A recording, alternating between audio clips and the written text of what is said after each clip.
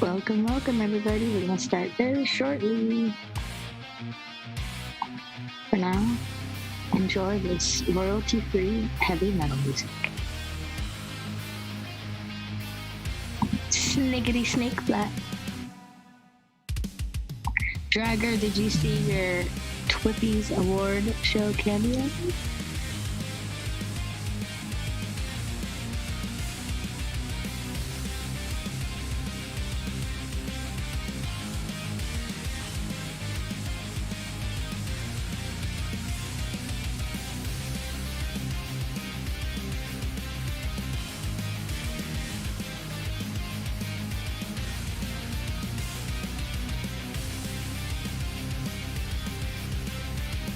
Yeah, I was looking for highlight clips and I saw that one and I was like, oh my gosh, it's Dragger and ATV. I'm putting that.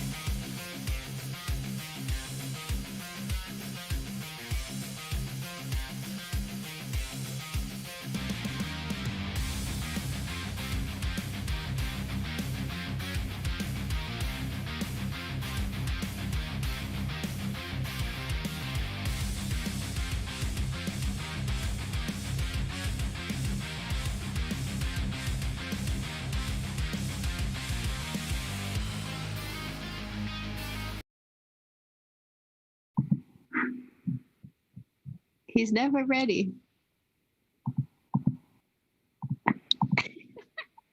Hello, everybody. Welcome to episode 49 of PinTech Live.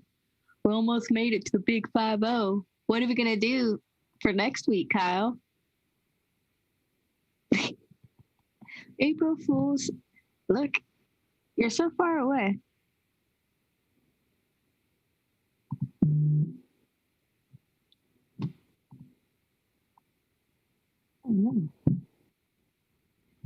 How do we sound? How does Kyle sound? I don't even see your mic going off, Kyle. What happened?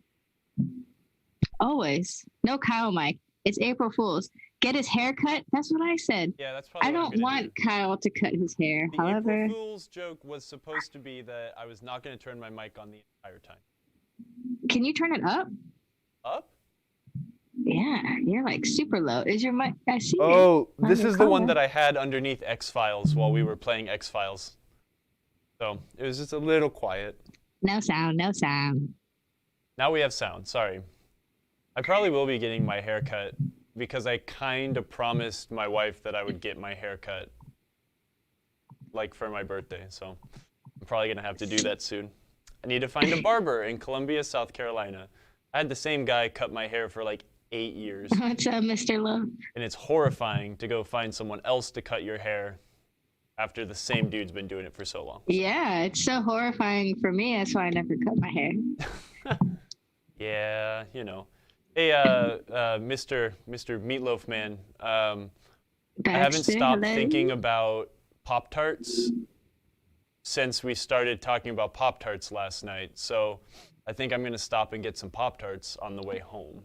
It's going to be good. Oh, yes, this is Casual Friday. Since Kevin Moore comes on Facebook, this Facebook stream always just to call me out. I spilled some stuff on my Marco shirt. I'm going to go with that. But look, check this out. I finally got my loose flip shirt all the way from Germany. Loose flip pinball streaming. I'm going to try to not fall over and show you my back. Look how awesome the back of this is. There's a dragon on the back. It's pretty cool. Rad. And plus, I got my Marco Pinball hat, so you guys know what channel you're on, Marco Pinball, right? Yeah, and I'm wearing my. Did everyone enjoy the Twippy award shows? That was very fun. I watched it with my friend Josh, and we enjoyed and laughed the entire way through.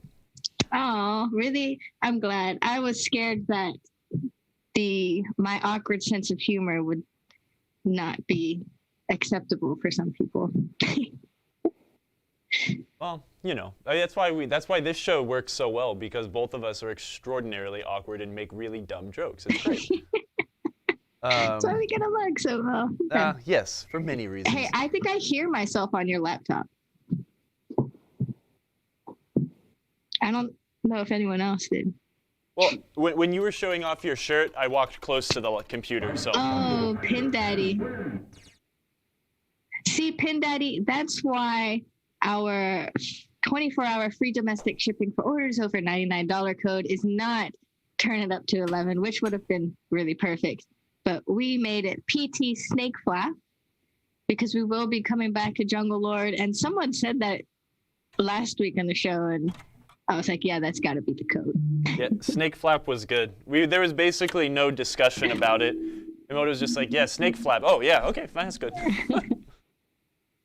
So. Let's see, Patrick Marino. Lately, when I email Marco, it's either not available. Go to JJP, and I check Marco's site after a little while searching, and I find the parts. What's up there?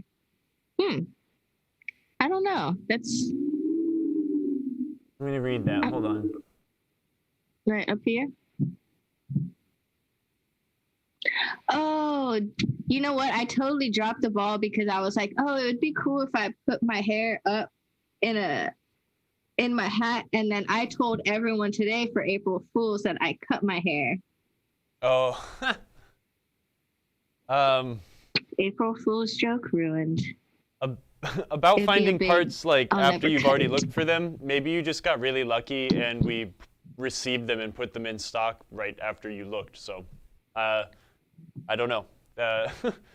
We are ordering a lot of parts, and people are also buying a lot of parts. So things do blip out and back into stock sometimes as we try to keep up with the demand of pinball parts right now. So bear with us. Yes. Happened twice already. I think you're just summoning the parts onto our website, Patrick. Yeah, summoning, that's it. And yes, I don't know why it's so windy. It's weird. It's like we're in a... Have you summoned the wind?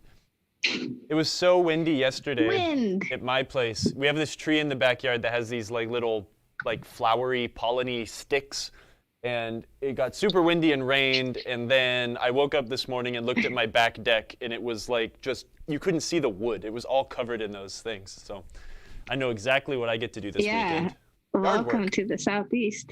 Those things are fun to like squish between your hands. Blech. They almost absolutely like covered my Venus flytraps, so I had to go and rescue them this morning.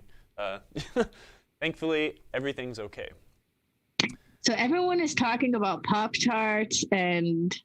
Oh, good. I need to join this discussion. and cutting their hair. It's gonna be nice to cut my hair. My wife sent me a picture of Daniel, welcome. how much better I may have looked when I didn't have this weird mop. But Pop-Tarts, I'm thinking my Opa, whenever I'd go to, he loved Pop-Tarts. I don't know what was up with that, but he would always have the plain strawberry Pop-Tarts with no frosting. And that was like my favorite treat. And my mom wouldn't let me eat junk food when I was a kid. So like, I felt like I was really cheating when I would eat a Pop-Tart. I still love them. Maybe I'll get fancy. Maybe I'll get frosty Pop-Tarts. Patrick wants to know if you tried the Blitz wax yet, Kyle. Negative. I have not tried the Blitz wax. I will get some, but I have a tub of like pure Carnauba wax that I need to go through first before I try a new product. But maybe I will grab some. I would like to try some new products. Never a problem, or never a bad idea there. Yeah. Especially on this. I don't think I've even waxed this yet. So. Oh, yay. What's up? I'm just reading everyone who's in the chat and getting excited that everyone's here. Pinball Expo 2021 is happening from Jen Graham. Did they announce their dates? Oh, my. I must go look. That's exciting. Me and you'll get a phone call soon. Ooh. I saw that the Pop-Tart chat, we had the only good frosted one is the brown sugar. 30th. What's up? It's October 27th through the 30th. Pinball Expo 2021. Huh. I think that's... Grand Old Game Room Expo in Nashville, Tennessee is 29th through the 31st. So we got two big shows happening. That makes... That's Fliptronic got their Houston Arcade Expo hotel booking yesterday. I love that show. Kyle, that's one of your favorite shows too, right? Houston Arcade Expo. If you want to go to a party show Man, do they know how to party down in Houston? Not even just a party. I think just like the people there are just the best. And like not that they're way better than anyone else, but just saying like everyone's just so friendly and everyone just wants to have a good time and it's fun. It's a fun show. Yeah, I very much enjoyed myself there last time. Trying to think of all the things that happened. I mean, what show do you go to that is like perpetuated by lightsaber battles? Everywhere you go, you're like fighting against people you don't even know. Not many just shows like, they look also at you, have like throw a lightsaber at you, and then you're just like, yeah, you get your captain's hat, you get a lei. I was wearing a lei and a bolo tie that was the shape of Texas. That was fun. The show is like centered around like a big stage, and like multiple bands will come on and play. Last year, I know Keith's band did a set. Scott Denisi did a set. This really rad cover band from Georgia played a set. And the dude that sings in that band, When in Rome, came out and sang The Promise. And that was like the raddest thing. That was like the last thing I was expecting on a November night in Houston, Texas, drinking a Shiner Bock with a bunch of strangers. That was great. Anyways. Let's get now that we're all warmed up, you want to start talking some pinball? Well, I thought we were talking pinball and Pop-Tarts. Is Pinball Pop-Tarts be one of the P's? Pop-Tarts. Pop-Tarts should be one of the P's of pinball. Hello, Dave One Deed. Dave One Deed. Welcome. Okay, yeah, maybe we should do something. I can't get this drop target up. I guess it doesn't really matter. Well, you guys saw with the opening graphic that we're going to start with the Stern headphone kit. This is for the Spike 2. You got the beautiful Led Zeppelin behind you. Yep. It's Led Zeppelin music. You got to put on your cans and rock out and really get into the pinball machine. And I really feel like this accessory allows you to become one with the pinball. I first experienced it at Arcade Expo on, I believe it was Iron Maiden. And when I put those headphones on, everything around me just disappeared. And I was just fighting that beast, man. I think that was like my highest score ever. It is the superior way to play pinball. It really is. Let's there are take a look two at accessories. Let's go to the product spotlight, Kyle, and then we can go to that Led Zeppelin. That sounds great. Over here still working on Jungle Lord. Something weird happened. Okay, never mind. I fixed it. Here we go.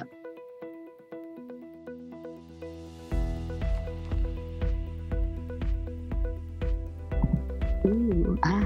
Ooh, ah. It is a plate. If you buy it today, then you get free shipping, which is basically $10 off. Use code PT SnakeFlap. Snake flap. Oh. Sniggity snake. Sorry, I had this camera weird. This is a cool accessory. This is something that is, it has a good place in the home for a few reasons, and we'll go over some of them as we work on or after we install it. This also has a good, this also wouldn't be the worst thing in the world to have on location. Usually if you had a location with some pretty serious players, headphones are great. It helps people practice and get into the game, block out all the noise around you. The only downside to using this on a location is it does use the same slot as your dollar bill acceptor on the coin door, but I have seen people actually do some really clever modifications by drilling small holes into the coin door and mounting this plate to the back. Sorry. So anyways, it's an awesome thing. The reason why this, I think, does have a good place in the home is when you plug this in, you can have, when you put the headphones into the jack, it will give you the option to eliminate all other sound coming out of the speakers. So you could silence the game, down to only the clicks and clacks of the actual pinball machine. With these music games in particular, if you're really rocking out, you can also set this to be able to adjust the volume without having to open the coin door. So if you get to your favorite part on Led Zeppelin, you trap up all the balls, you can crank it and then continue to play.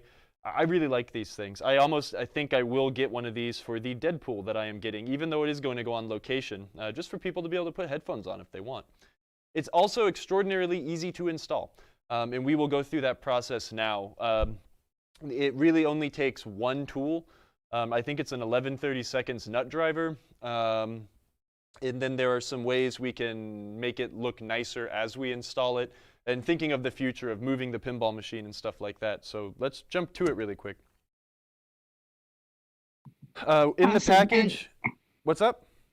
In the chat, which you can't see on the screen, Fliptronic said, I put a USB port on my volume plate too. Ran USB extensions to the spike board so I never have to remove the back glass for updates. That's awesome. That's a pretty awesome mod. And then Patrick Marino said, I use a Bluetooth headphones adapter and changes the headphone jack to Bluetooth. Yeah. 2 awesome additions. That's really great. I like this accessory for a lot of reasons. I guess literally the only downside to this accessory is if you were using it on location, you would not be able to use a dollar bill validator. That's it. That's the only downside to it.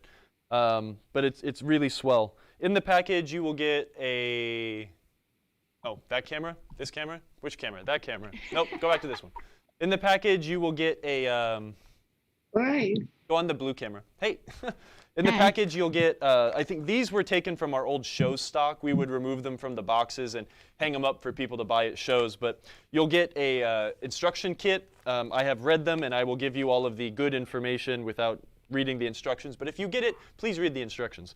You will get the plate, and you will also get the this cable, which attaches the headphone jack to the computer. So I think the way we're going to start this is we're going to start in the coin door. So turn your game off, open the door, and I'm going to try to position this camera in a way so we can see the coin door. It's going to be, actually this is going to, I should have thought about this beforehand, sorry. This is where we are working, right where the guy getting electrocuted is. I'm going to grab the 11/32 nut driver, and what we have to do is remove these nuts, and we need to keep these spacers in place. Let me bring this down a little bit more. Let me bring the handheld camera also, and I'll point it up, and then you can figure out what the better viewing angle is between what we're doing. Where'd my nut driver go? There it is. Remove said nuts. The goal in this installation is to, again, we're going to try to make it look as factory as possible. So we will be running the wires along with the rest of the loom in the cabinet.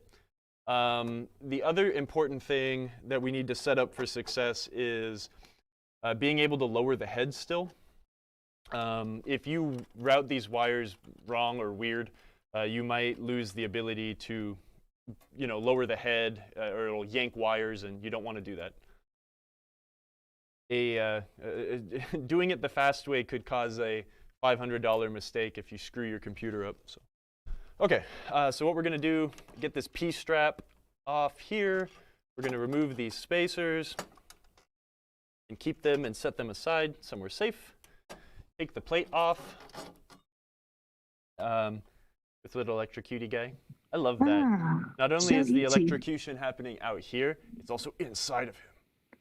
It goes inside of your body. It's true. It's true. Take our headphone jack and make sure volume faces up.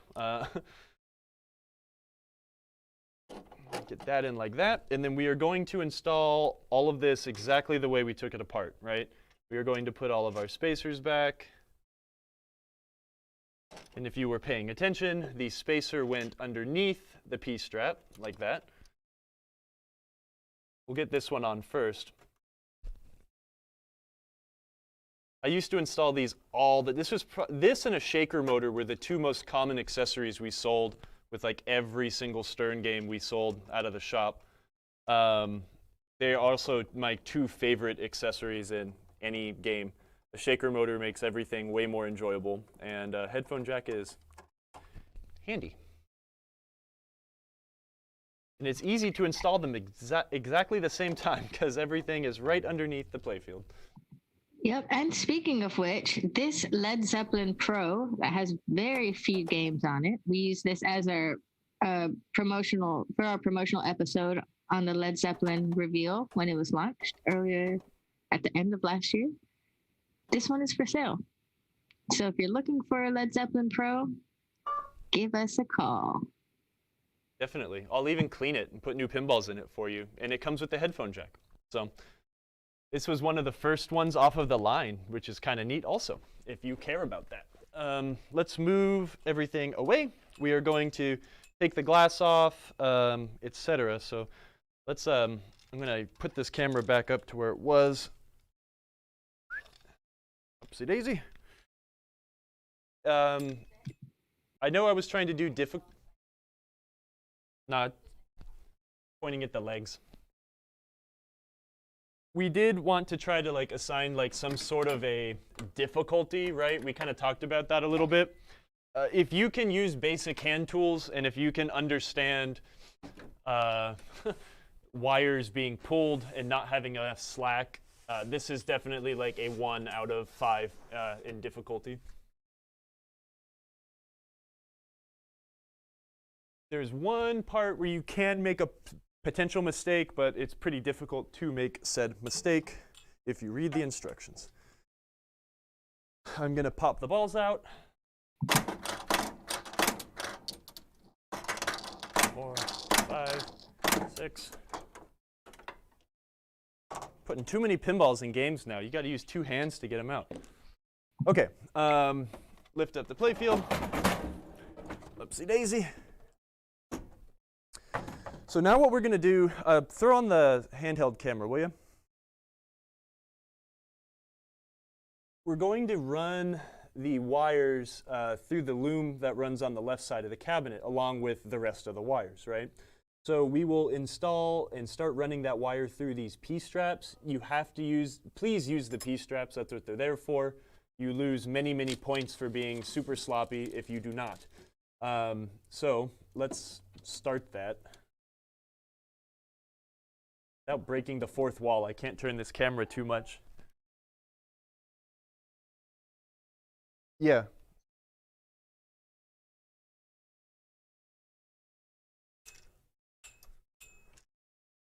How's that? You can kind of see what's going on inside the cabinet now. We'll go over it in detail the further I go along. I'm going to insert the 5-pin section here onto the headphone board. The other connector has like 9 pins. You definitely cannot mistake them. We're going to pull the wires through here. Let me move the handheld cam if we're going to stick on the green cam.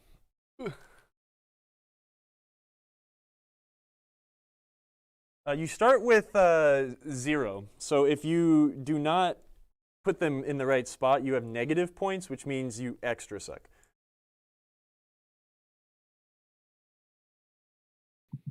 Patrick asked if we'll be bringing playfield glass to PinFest this year. We have not fully decided or committed to that yet, but as soon as we know, we will let you guys know.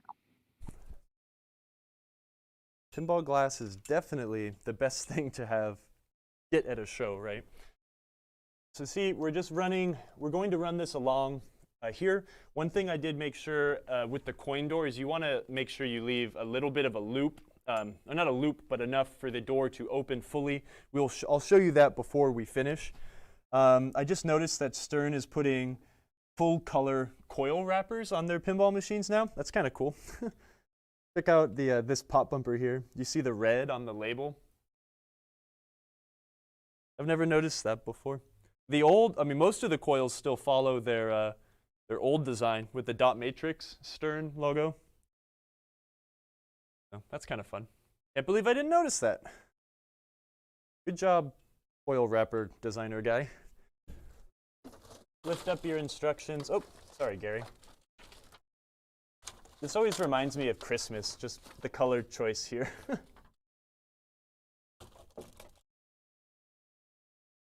Throw this under, get it on this P-strap.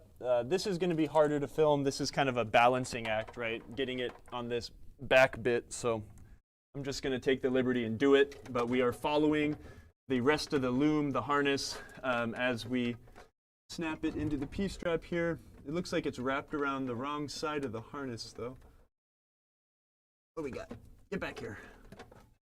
Okay. There's one more strap back here. And now we can move to the...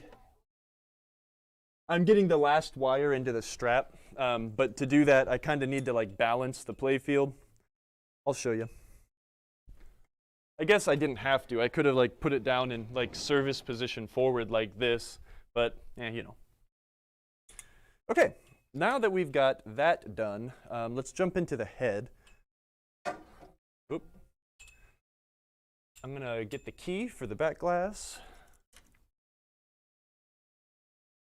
I'm going to flip the panel down, yank the glass up and out, and put it somewhere safe, away from feet. Bring it up the left side of the cabinet. And what we're going to do, the important thing here is to make sure we leave all of this slack inside the cabinet. What that will, and also make sure it's free, right? So it won't get caught up on anything. That will allow us to fold the head down, which will allow this to stretch up into the head without yanking on anything at the top. I'm going to fold the panel down. We will bring this up through here. Can you switch to the handheld cam? It'll be easier. Now we have to plug it into the computer. Be careful around these computers. The one pro tip I will give you about being anywhere near this is don't put your fingers on the LEDs that illuminate the back box. I did that. I forgot what I was doing, but it was a customer's game at the shop. They had purchased it or something like that. And I was doing something like removing this plug, or maybe I was putting my thumb here to pop the SD card in or out. And the oil that was on my finger did something on the LED, and one of those 5 LEDs was like noticeably dimmer. Maybe I'm making too much emphasis on that, but just don't touch things you're not supposed to. Let's put it that way. But that's one thing I have caused a problem with, and my hands are usually pretty dry. Anyways, aside from my hands, you've got 2 plugs here. The manual will show you which one to do. I know that you plug it into the lower of these 2 plugs. They are keyed, right? So do you see this kind of like this locking ramp on this side here? You've got this plastic bit and it's naked on this side. That plastic bit matches up with this section here. There's a little wedge here that locks it in place. We'll make sure it is installed the correct way and plugged in. And that is where your headphone jack goes. Is it always in that same place? It is I guess always so, in right that for same this bike place. too? Cool. Unless Stern has changed something, but I don't think they have. No. So what we're going to do here, right, is, I want this to be on the other side. I'm going to pop these into these bits of the P-strap here, right? So I've wired it in through, I've addressed it here, I've dressed it here, and then the rest of the slack hangs out in the cabinet. And that allows the head to fold down and not put any stress on this connector. So that is it. Now the fun bits are actually going into the software and looking at the things they allow you to do with the headphone jack.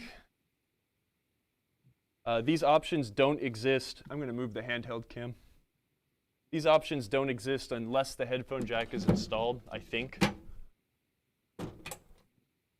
Maybe I'll throw the glass back on too, so then we can have the...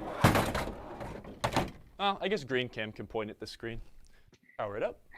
Double Flip asked if you had any tips on raising and lowering the playfield so that it doesn't scratch, you know, the side walls. No, just be careful. That's really it. I don't pay enough attention. I'm not used to having games that have like art or something on the side still.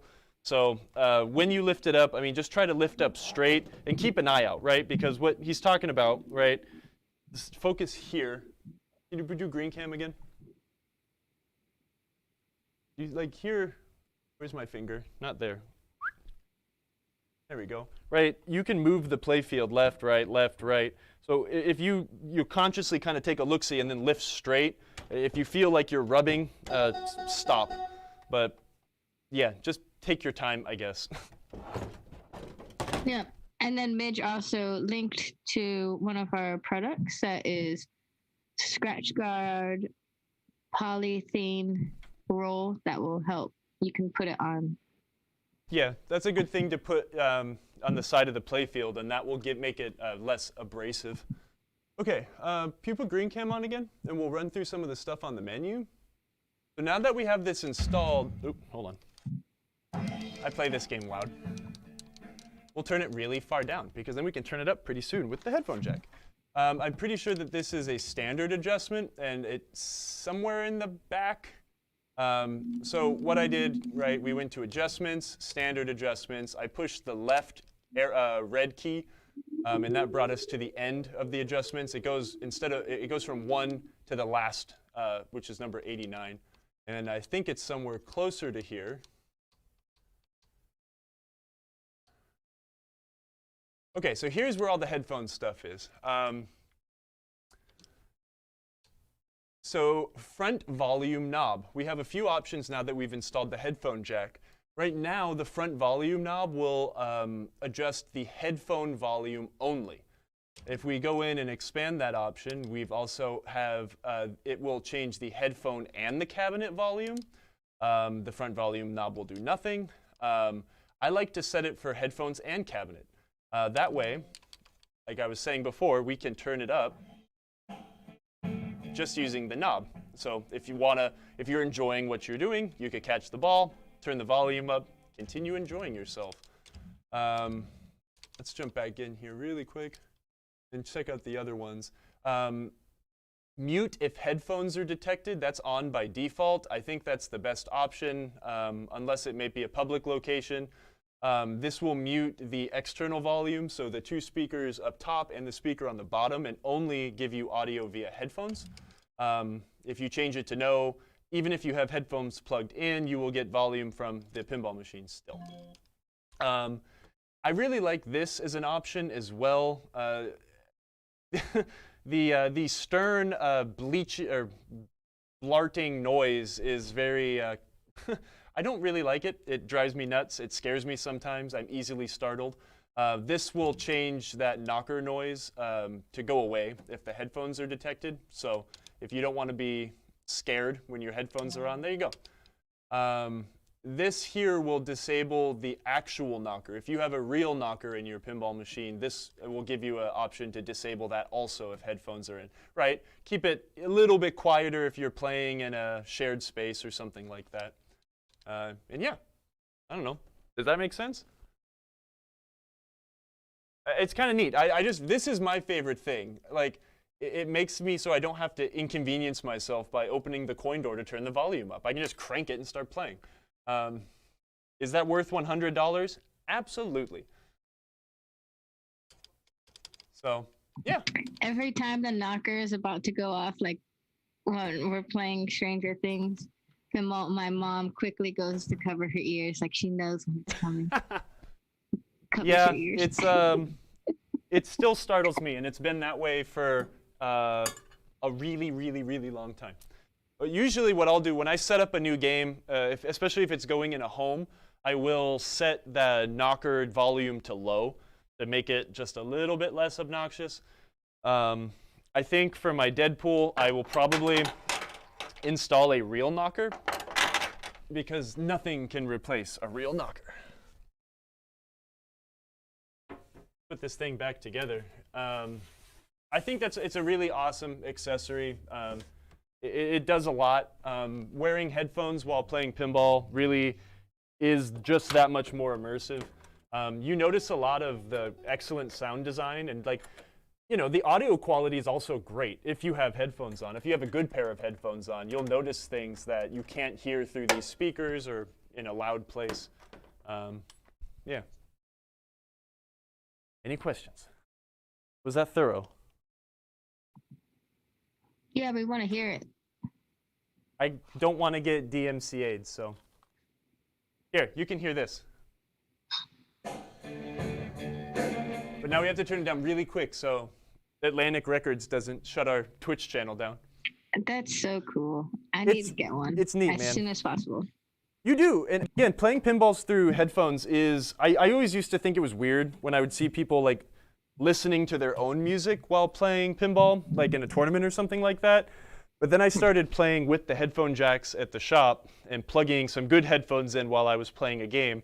And it just makes the experience that much more in your face when it tunes everything else out around you. It's fun. Yeah, you're so like zoned in, one with the game. That's right. I love it. Let me push this back just a teeny bit. Ugh. Okay. Oh, and keep your little bill validator thingy with the game. Don't lose that. Oh, and always put your back box keys back on their hook. And you're good to go. Okay, Jungle Lord. Good tip, good tip. Good tip. Yes, actually, here's something. You want to know something else that makes Kyle really angry? When I have to go work on someone's game and they don't have the key to their back box and I have to drill or take the lock plate off. That drives me insane. Keys live in the on the coin door. So many people like to put like all of their keys for one game on a key ring, and then that key ring suddenly like grows legs and disappears, and then you have to drill out all the locks, and that's not fun. So keep your keys where they're supposed to go. They have a place they live. On a lot of the older games, there's a hook on the inside of the cabinet. I think Jungle Lord has one. We'll lift the playfield and show. But on the new Stern games, on the coin entry chute area, like towards the top of all the coin handling stuff, there's a little hook. That's where the keys live. Keep them there. Jungle Lord, where'd we leave off? Good tip. Well, you said you were going to show us how to install a lock on Jungle Lord. We could do that. There are some, okay, let's work on that really quick. There's some right ways and wrong ways to install locks. Well, actually, there's Kyle being extraordinarily neurotic, and I want to show you the way I do it because I'm super neurotic. There's a few things you want to keep in mind with locks. You don't, with a lock also, you really don't have like a one-size-fits-all option either. So I would recommend, especially if you have multiple pinball games, to keep an assortment of lock cams around, and I'll show you what I mean when I get some equipment here. I need a, I'll use that Phillips or flathead. I'll use my lock driver. Oh yeah, and just to remind you guys, that beautiful Led Zeppelin Pro right there is for sale. Yeah, buy it. So if you try to buy it, can't find it anywhere because it's sold out. We have one right here, ready to ship to you. It's an awesome game. 4,800 ship. Send us a message to sales@marcopinball.com and we will talk. Add like $1,000 to You're gonna that. get me fired over here. This camera. Okay, locks are pretty easy, but there are a couple of things you should keep in mind when doing a lock. Do the green cam. Floor cam. Floor cam. The job of the lock is to keep the door shut. On the coin door, use the handheld cam really quick. Let's see if we can get a shot of this. Ooh, okay, we're going in. Oh God, hold on, give me a second. I think hold I on. can help Let with me this. get my cell phone light. Nah. If we look where the lock mates with the coin door, do you see that bronze-colored bit right there? In the right hand of the frame, right here. Yeah, shine your light off of it. When the light's on it, it's like too direct and you can't really. Yeah. I mean, the easy way to solve this is to lift the damn playfield. But anyways, this guy here this is where your lock cam rests up against, right? Got it. There are multiple different kinds of locks, and you'll hear them generally referred to as the length of the actual lock barrel. The locks that 9 times out of 10, actually like 9.5 times out of 10, a pinball game uses a 7/8 inch lock. That is the length of from the faceplate to the end here. Let me disassemble this.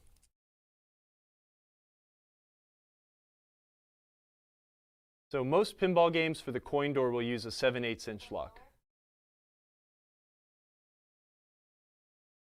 A lot of older games for their back boxes, and we're talking like 80s games, would use a 1 1/8 inch lock. I have one of those here. So a bit longer compared to a standard 7/8 inch lock. And these will go through the sides of the head to rock the back glass locking bars and stuff like that. A lot of more modern games, including the Stern game we were just messing with and the Williams games of the same era, they will use a 5/8 inch lock to lock the back glass. So a little bit shorter than your standard 7/8 lock. So getting the right size lock is very important because the other important factor is the cam, which is what is turned by the lock to actually lock the door. So if we were using, cams come in all sorts of different flavors. I believe this is a 1 1/8 inch cam, and that is the one you want to stock up on. There are these, I think, let me double check here really quick. And I think what the cams, I believe they're measured from like the top of this square to the tip. So a real common cam, I see this all the time and it drives me nuts. It's super, super wrong. This is a very short cam. This is like a 5/8 inch cam. This barely has enough bite to keep this door shut. It would be real easy to jimmy it open. A 7/8 inch or a 1 inch or 1 1/8 inch cam or whatever size this is, a little bit longer, has a little bit more bite. This will work, but this is better. You also see cams that another important bit of cam you should have in your kit to make things work too is these dogleg cams. You'll want to have these in various lengths as well. It allows you to install a lock in things that may have been like jimmy rigged or screwed up or Why are they called dog legs? I don't know. That's just like what they call that. People call that shape a dog leg. I don't know. They're bent, angled, something. But what that allows is, I mean, I'll see this all the time. People will throw in like an 1 1/8 inch lock on this thing, super, super long, and then put one of these dog leg cams on it facing backwards. And it's like, man, if you just put like the right length thing in the first place, you could just use a straight one, right? But they're handy to have around because they do. The goal when you're installing a lock also is to get the coin door nice and snug, but not like hella tight. If it's super duper tight, you'll never be able to pick it open, which is also a possibility. Anywho, to install a lock, you need a 7/8 inch socket. I have a 7/8 inch socket here for lock work, and I've also got it on a palm driver here. You got to have I mean, you don't need one this deep. This is a spark plug socket that I took the insulator out of. You don't need one this deep, but you know, when you are working with those 1 1/8 inch locks, sometimes you need the depth. I have a palm driver here just because I don't carry socket wrenches. They take up a lot of room, but this is pretty small. It keeps the footprint in the toolbox very compact. If you need to, you can use like a pair of channel locks. Use the right tool for the job, but in a pinch, if you didn't have that stuff and you really needed to install a lock, you could kind of grab onto the retaining ring like this and kind of, you know, bust it. But we're going to use the right tool. I'm going to set it on loosen. And sometimes you don't have enough torque to actually bust these things down. If some dude went in here with this big old socket wrench and tightened this thing down, sometimes the palm driver doesn't work, but no one did that there. So we could loosen it, yank it off. I'm going to move my body to make it a little easier. I have all of my games on the same key. I think it is absolutely insane when people do not have all their, if they have more than 2 games and they're not on the same key. That's just crazy. We sell keys that are, key to like. So if you ordered 10 keys from us, you get the same key for every single lock. Someone drilled this one out, which is why the guts are missing on this lock. Let me get my keys. I use a different key for my house and my customers' games versus like games on location, obviously. I wouldn't use a very well-known key on location. That means everyone will have your key and can easily get into your game and steal your money or not pay to play your game. I keep all of the games I work on for other people in their homes on the same key, because if you ever get that phone call and be like, hey, I lost my key. Okay, I can mail one to you. Or you get to their house and they're like, oh, I lost my key. Oh, don't worry, I've got it in my pocket. When I install these, you've got 2 different kinds of locks that are very common. The other common style would be a circle lock, but we're not going to talk about those. You've got a single bit key. You've got the bit, right, the side where it's working the tumblers on one side of the key, or you've got a double bit key. You've got bits on both sides. This is an original fort lock from an old Bally game or something like that. Most games that use a double bit lock, this is much harder to pick. You need to rake the tumblers on both sides to get the lock ready to go. They're harder to drill out in the same way also, because you will need to make sure you drill out both sides of the tumbler to get the lock free. Unless you just drill the whole dang thing out and you blow this end out and you just pop the whole thing out. Anyways, we're not going to talk about breaking into pinball machines. That's not this show. I like to use these single bit keys because they're the least expensive and they're easy for me to pick if I need to. When I install the locks, I always install them all the same way, so I don't need to finagle with it. I always like having the bits of the key facing right. That way I know exactly how to put my key into every single game I own. Again, that's just me being like super neurotic. All right, this is going to be a really silly question. There's no silly questions. I'm going to ask it anyway. How do you... So if I buy this lock and key set from our website, I'm going to have the same key as everyone else does. So I can use my key to like go into other people's pinball machines that also bought locks from Marco? That is true. The keys we sell are all, the locks and keys we sell are all the same. But is there a way, like, can you, after I buy it, is it like, do I take it to a locksmith to get it altered? If you needed a higher security, make it my own? If you needed a higher security solution, in that sense, you would need to call a lock company or a locksmith that might have these sorts of things to get a key that's keyed differently. So like I said, right, like all my games at home and my customers, they use the same key. My games that I put on location use a totally different key. In a double bit key at that, right? To try to... And there's also different keys and different locks that are on our website. There's a couple different ones. So the 7/8" lock that we sell either has the 755 key or the 606 key. I use a different key. Another common pinball key you see a lot are these double bit 1382s. But yes, no, that is something, right? So that's awesome though, because I just almost misplaced my keys momentarily. So if that happens, or like, maybe my kids run away with the keys and then don't remember to put it back, then I can just go on a Marco website and buy another key that I lost, right? And I don't have to drill out the lock. Yep. Marco you has could. The keys. That is the big benefit. So we're a good fail-safe. Absolutely. For us careless people like me, where I have a place for my keys, but sometimes they just don't end up there.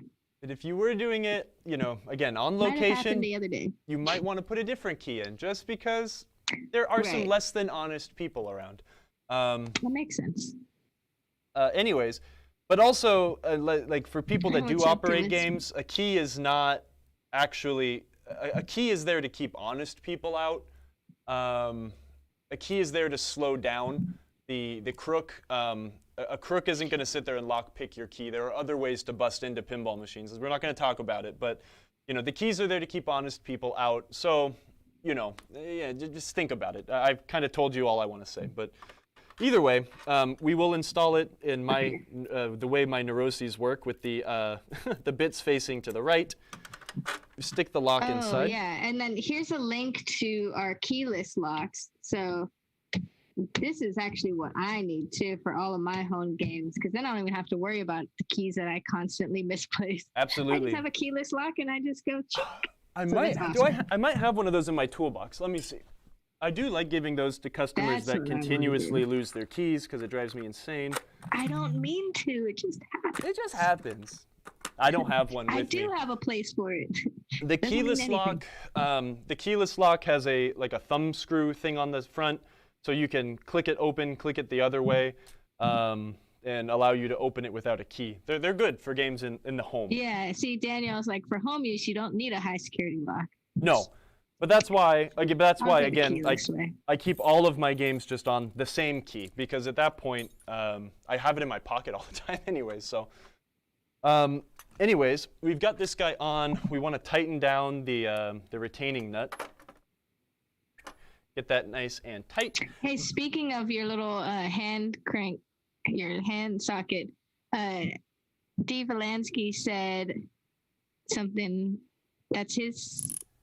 Oh, he introduced you to that finger socket, and he loves having that in his kit for doing locks. Yes. Yeah, you did, David. I remember that now. And you said you may debate that claim, but see, no, Kyle admitted it.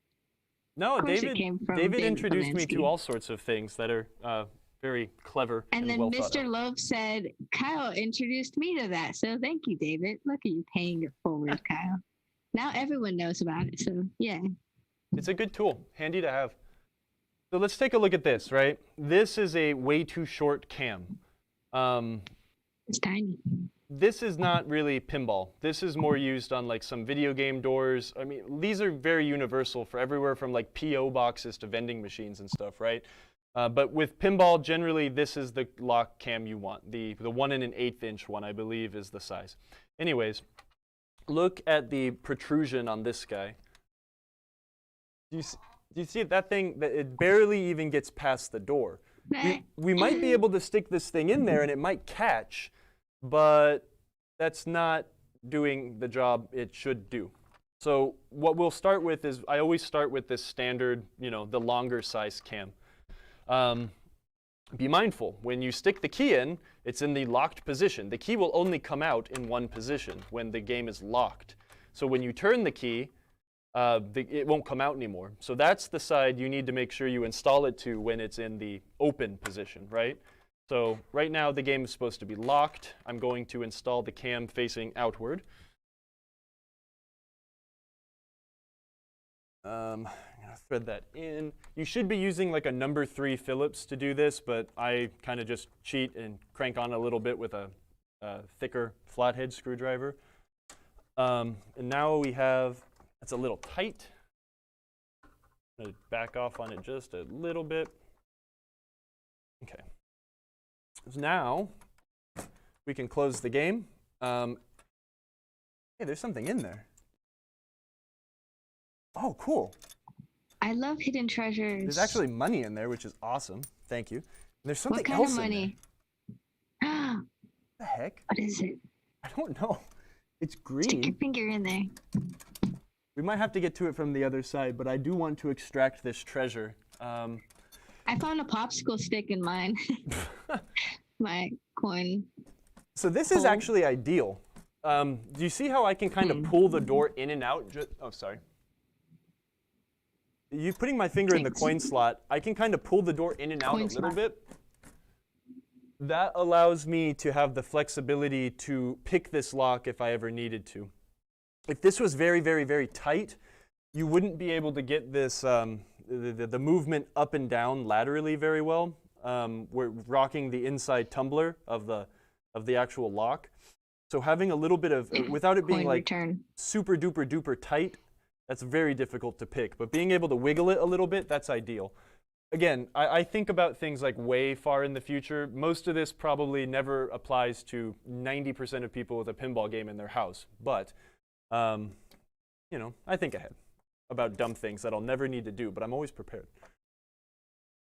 So yeah, that's how you install a lock. That's the super neurotic way to install a lock. Yay, that was awesome. I can't wait to do that with the keyless version. But okay, so let's say if you did this and it didn't work, right? You turn it and it's hitting up against something, right? You need to move the, you know that the cam is striking something. It doesn't fit super well. The one thing I'm really going to suggest people not do, don't bend this. You can bend this a little bit, but do not, especially don't bend it inside when it's attached to the lock. Well, because if you were to bend this, it would step it out a little bit and allow you to get the cam around something that might be causing the lock to not fit, right? We were looking at that thingy inside the coin door. So if we stepped it out a little bit, it would be able to get past that and get tight. What I have seen some people do is they will grab a pair of pliers and yank on this. And what that does is it puts some weird stress on the internals of the lock, and you can royally F them up. And then you have to garbage the lock and start over again. If you do need to bend this out at all, I would really seriously recommend you do it like in a vise or using 2 pliers to slightly bend them. But you won't have to do that if you come prepared with a couple like stepped cams or something like this. So if you have a bunch of games, I do recommend getting, finding a lock you like and getting some cams so you can do installs on things. Because this isn't universal. I just happen to know that this does work on this game. So yeah, if that makes sense. I'm sorry, I'm probably rambling. That was awesome. Thanks for showing us that. Yeah, no problem. Mr. Loaf's little anecdote, or a big anecdote because it's about Hulk. When he got his Hulk, he found $25 in quarters jammed in the coin mechs. Oh yeah. Laundry for weeks. I love that. It's my favorite service call when they the place calls and they're like, oh, it's eating quarters. It's like, that just makes me happy because I know that it's, I'm going to open the thing up and there's going to be a bunch of quarters jammed in a mech because some kid put a penny in it and it got lodged in. So let's move to the top. Let's look at the game really quick, and then we're going to flip it a little bit and see if we can find things that are less than ideal.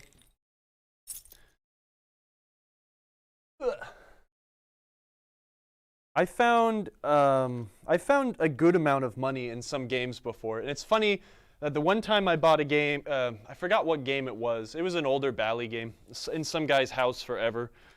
And I kind of feel like I paid too much for it. And as soon as I opened it up in the back, I found just like wads of $5 bills, like rubber banded together. I think there was like $250 in there. It was super awesome.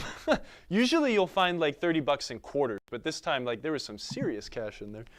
That's awesome. It was very lucky. What is the craziest thing everyone has found in a pinball machine? The craziest things I found in a pinball machine, I can't talk about on the show right now. We can talk about that on a Saturday. But I found some weird things in pinball machines before, that's for sure. You found a dead body. That would be terrible. Yeah, that'd be weird. Have to be kind of smushed up. Everyone in the chat, what's the weirdest thing you found in a pinball machine after buying it? I like finding parts that I need. Like, oh, I could use one of those. Well, that light does work. Bricks it's lazy. Of baking powder. Yeah, baking powder. Yeah. No way. Where did that machine come from? No, Chris has told me stories about finding a baking powder. Squirrel skeletons. That's pretty inside cool, of pinball games. I would have kept both of those. Baking powder and oregano. David. Jacob has found a stash of herbs. Nice. Yep. That's a good thing to find. Well, a snake skin in a shooter lane. That is a great place to like shed your skin using the shooter lane and like wiggle yourself out of it. D. Valansky. David, has Chris told you the story about finding baking powder inside of that game one time with Andy? I like that story. All right. Game doesn't have batteries, so we have to advance into Lots a of track skeletons. mode. Okay, it didn't feel like going into a track Oh, mode. thank you for the resubscribe, Roller Pinball. Thank you. It's awesome. There we go. I finished rubbering the game. The only thing it really needs is a bit of wax, but the goal at this point now is to see and make sure everything's working and functioning properly, and then also checking all of our work. You know, one thing I don't have with me, I don't think I have the right size buttons, but that's a very basic thing we haven't done on this show is like install buttons yet. Emoto, do you want me to turn the lights off, turn the GI down? It's okay. Okay. I just adjusted it from here.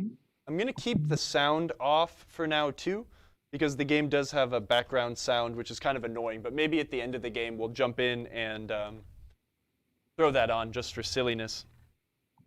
Do you think I should raise this camera up to give, like, a total view? Oh, my gosh, Kyle. Daniel had a friend that had a Centaur, too, that had a bullet shot through the head and back glass. Sweet.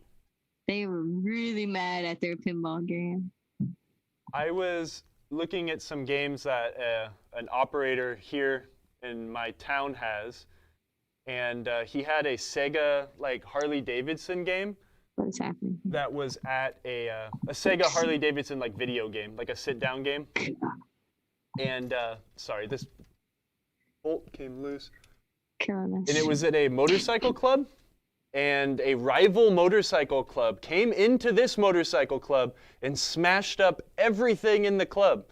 And unfortunately, most of the stuff in the club were like jukeboxes and like touch video like game things, like countertop video games, and that Sega Harley Davidson thing. Dang. So That's don't crazy. make rival motorcycle gangs angry. Okay, check the green cam now. Tilt down. Tilt. Okay. Colin Baxter found counterfeit money. Oh, cool. Pin Daddy found a Shinobi arcade PCB. Wow. Oh, extra cool. The heck? That's amazing. Okay, do we have balls? We do. Let's put some credits on this. Colin said he found play-filled glass in the bottom of his Cyclone. Yeah, I found that in a few games before. Start the game. Maybe I'm gonna It says something about Jungle Lord being awesome. I think this drop target is a little bit screwed up. The reset plate is sneaking past the target, so I need to do a little bit of adjustments there. I think we found that out when we were installing them, but I didn't fix it, so maybe we'll do that after we jump around. But what I like to do... You said you could dim those lights on the playfield? Yes. Really? Dang. I can unplug them. Oh, wow. Oh, not dim? I like dim.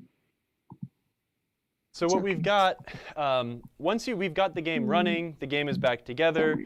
We want to check for stuck switches, right? Kind of the simple stuff. One way I like to check for stuck switches, be watching or listening. We have the sound off because it's obnoxious, but get your fist and pound. No stuck switches.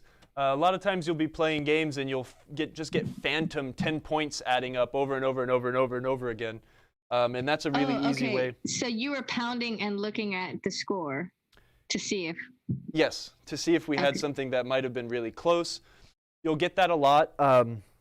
As rubber rings get old, they start to stretch out. And as the rubber rings start to lose their elasticity, to keep them scoring the right way, you need to kind of continuously adjust those switches out, and making them ever like tighter.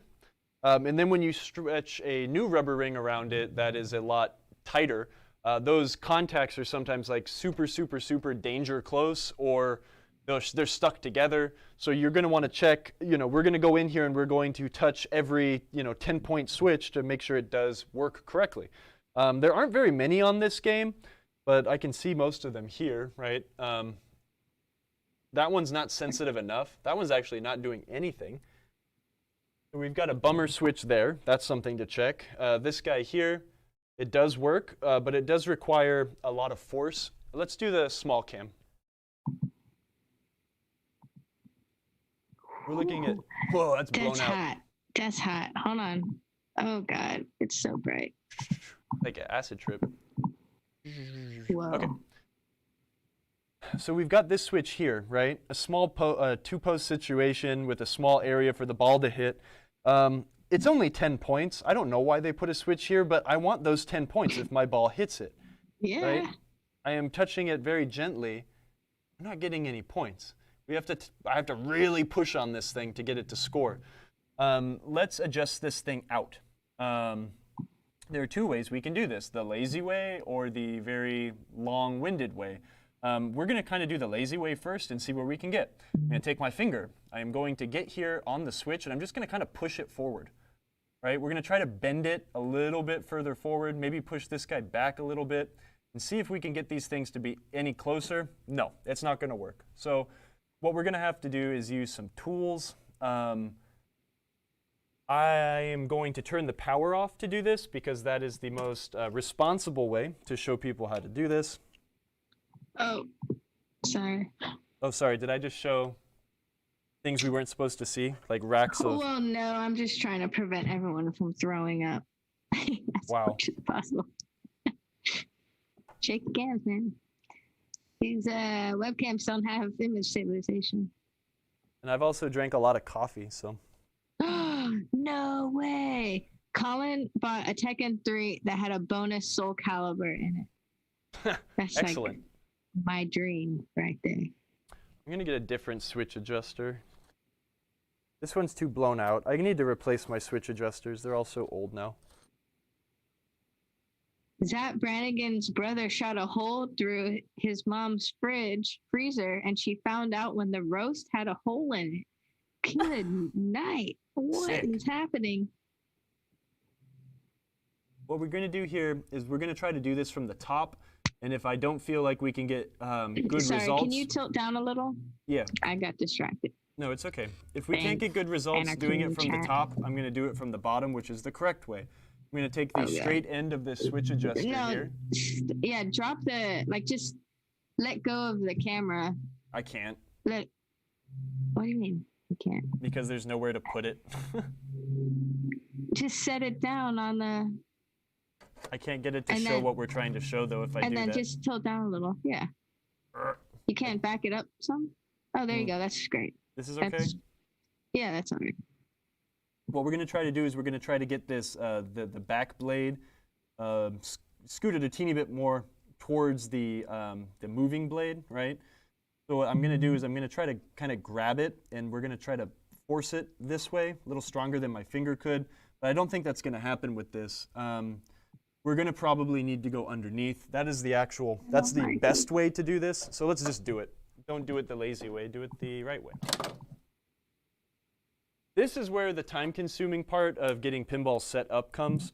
I'm going to have to set this down because I need two hands to lift this super heavy playfield.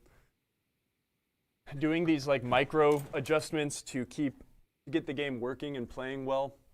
Yeah, I know. Why? I was just wondering that too. Why are you not using the switch adjuster tools? I am. Okay. Thank you, Midge, for putting that in the link. The iconic 3-piece set. Sometimes you can get really lucky with just using your finger and it will bend the right amount and you won't need to bust out a tool. But in this case, we're definitely going to need to use a tool.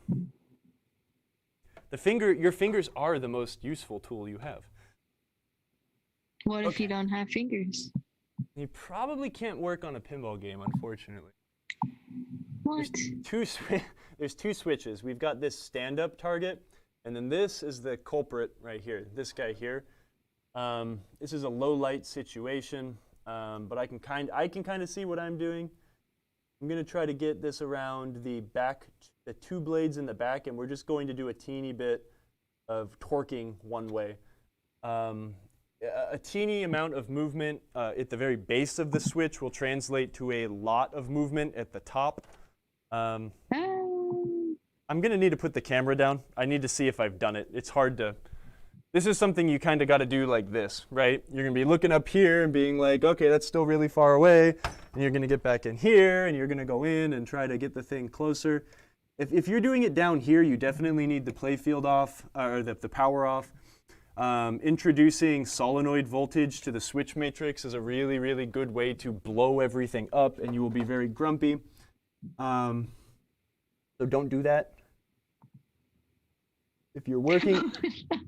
What's happening? What? Daniel said the balls are falling out of your playfield. Yeah, the little ball. Oh, the little bagatelle ball. Usually with this game, you know, if it had all the plastics on it, the plastic would catch the bagatelle ball, but it's rolling. I'm really splitting hairs here so we can make sure we get our 10 points. But like I said, we earned that 10 points, so we're going to make it work for us. I'm going to try to put this down. How many points does Kyle have so far, everybody? 0. Colin Baxter, you get to give Kyle the points. How many points does he have today? 1,000. 1 million points. 1 million points. Let's see, what else? We've got some dirty switches here, and I feel dumb because I should have done this before we put rubbers on, but let's give them a quick wipe through. I noticed that these, the slingshot was a little sad. It wasn't giving us like a good clean kick every time my ball would kind of glance off of this. This rubber is kind of tight also, so I'm going to try to loosen it up. What I just did there was I stretched the rubber ring on in a certain way where friction holds it to like a certain shape. But what I just did was I pulled it out here and pulled like a little bit more looseness up front. So I don't know if that makes sense, right? This is kind of tight. I mean, of course this is tight. This is a little tight. This is a lot looser. It takes a feel. You can, if you were here, you'd be able to feel. What I did was I rotated it away. So like this is a lot tighter now. And it's really loosey-goosey here. Thank you, older than me. You see what I did there? It kind of allows us to have a little bit more play in this front bit of the rubber. Nice. You have a little adjustments. How many points does he have now, Colin? So far you have 1. 1? Well, what did I start with? You start with 0. That's your scoring system. Oh, okay. That's cool. I'm going to run this flex stone up and down here just to burnish the crap off of these switch contacts. Yeah, and the flex stone is awesome for cleaning those switches. A business card would have worked just fine there also, but who the heck carries business cards that are sacrificial? I have business cards, but they are for giving to customers. This switch here looks okay. Someone got this all cattywampus. The switch, the back is sitting flat, and then this side is sitting at a goofy angle. So that's another thing I'm going to want to, let's see if we can adjust that and get it nice and straight. We're trying to undo years of someone not caring.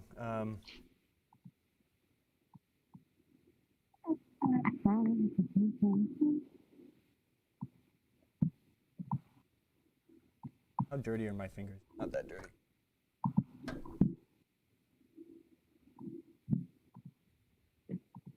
The thing is, like, it'd be easy to say, it's like, well, you should do this with the rubbers off, but you don't really know what's going on when the rubbers are off. You kind of have to rubber the game sometimes to see some of this stuff. That switch is also really dirty. Take a point away from me there.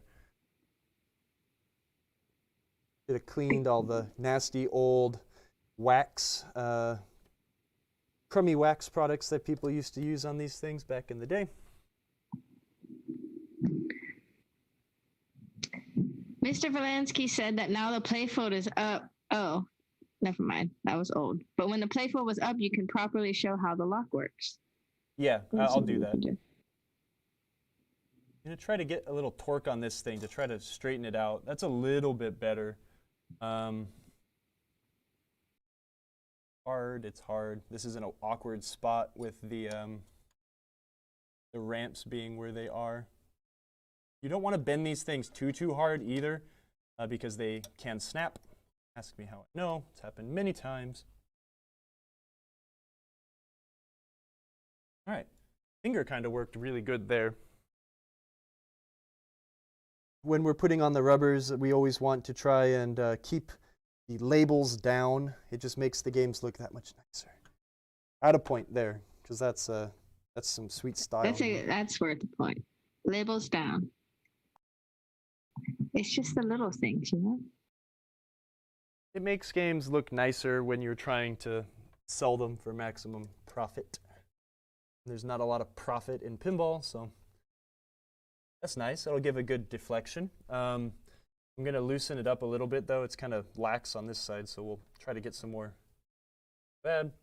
I think these switches are all going to be okay. Really quick, I will just run the flex stone over these other slingshot switches, and then we're going to put the ball into the game, and we're going to see what we get. I mentioned with like old rubbers being really loosey-goosey, and the new ones being tighter, and the switch adjustments necessary after re-rubbering a game, the slingshots are usually the biggest culprit. They'll end up being way too close, and you'll get like machine gun slingshots, which is really fun, but not ideal. Let's see. Where can I put this thing? I guess we could work on the right slingshot. That's awesome, Kevin.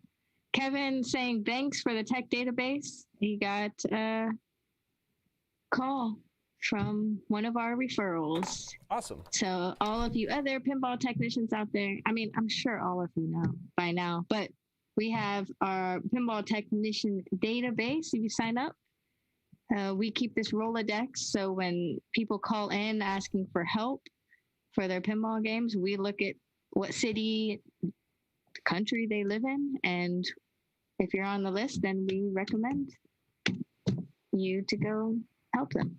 So trying to help everyone out here. I'm going to put a link in for you guys to sign up. And keep in mind, too, that some of you may qualify for a commercial account. So get on that. You get discounts. Where is it? To get that guy just a little closer. Slingshots are a really delicate thing to adjust. If you put them too close, they're going to machine gun. If you get them too far away, you're never going to get good action out of them.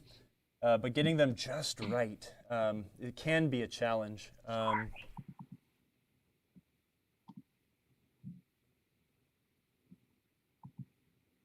That is a little closer. We want a good glance to activate the slingshot. Make sure that games are always too easy if you don't have good slingshot action. Slingshots are like the most dangerous thing in a pinball machine. That's kind of dark. That should be okay. These ones are too close. Are we still on the hand cam? Check if you can see this gap. Maybe we'll play it just to show you what might be okay. This one looks a lot too close. Do you see the gap there? Ish. Hold on. Kind of non-existent. Barely. You could go in closer. Let's see how much I can focus. Okay. Yeah. So that's kind of what you're looking for, right? It's not going to take very much to get those switches to close, which could be detrimental. And we might get a machine gunning slingshot. So let's okay, I see. Set the camera up and see. I'm going to loosen it up a teeny bit and rotate the rubber just a little. I'm going to put the pinballs back in. I'm going to add a credit, or 2 or 4, whatever.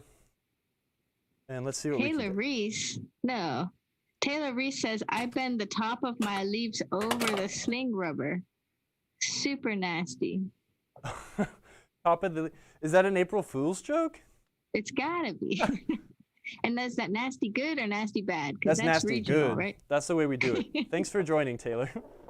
Thanks for joining, Taylor. That sounds not good, though. So see, I thought that was too close.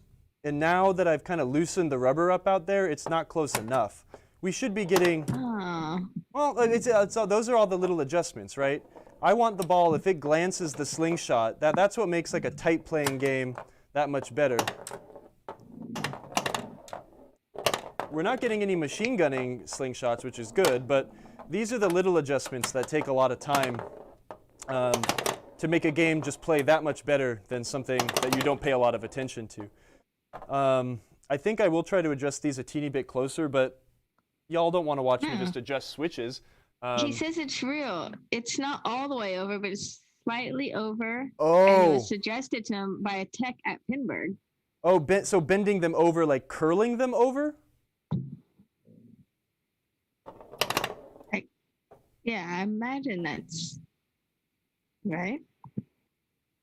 Check this out. This is the best part about this freaking game, So though. it's like, Where's the camera pointing? So MagnaSave, that is controllable. You can fling the ball all over the place. Get some credits here. And then let go. And when you get into it and the ball starts moving, you can really sling it to do some crazy stuff.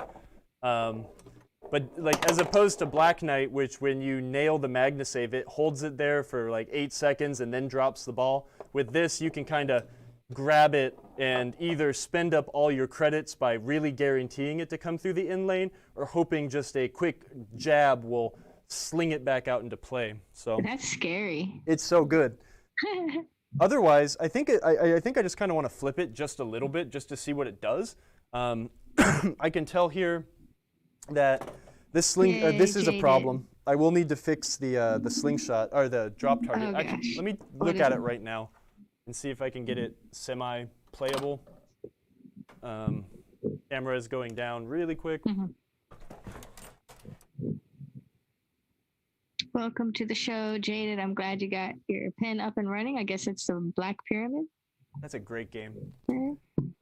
Black Pyramid's one of my absolute favorite old Bally games, along with Kings of Steel, the two games that a lot of people don't ever pay attention to. Okay, is this camera kind of set in a place where we could like see the playfield at all? Like if I were to flip the ball a little bit? Tilt down? Yes. Yep. Woof. A little awkward, but better than nothing. Kyle's just trying to turn this into a gameplay stream. Nah, we'll do that one day.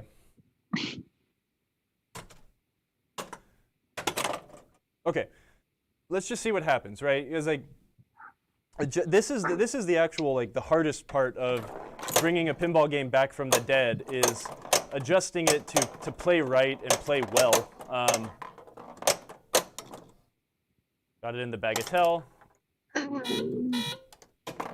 Oh, wow. There's that sweet buzzer that some monster had clipped when we got this game out and open. That, and you fixed it? Maybe you should clip it again.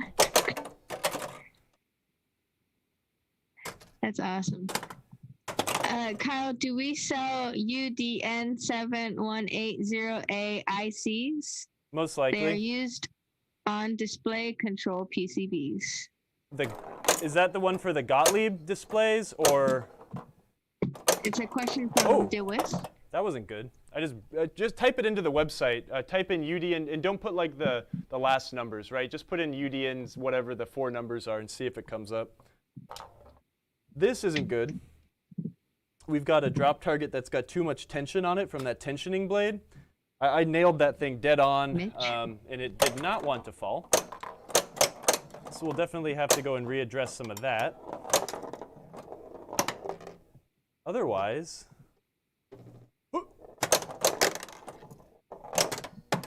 nice. That's why you play your game with plastics. Vandergooten said, man, these ramps look shiny. Is that Novus 2 or did you cheat, i.e. tumbled? Novus 2. All back-breaking handwork. Novus 2. That should be a t-shirt. I Novus everything.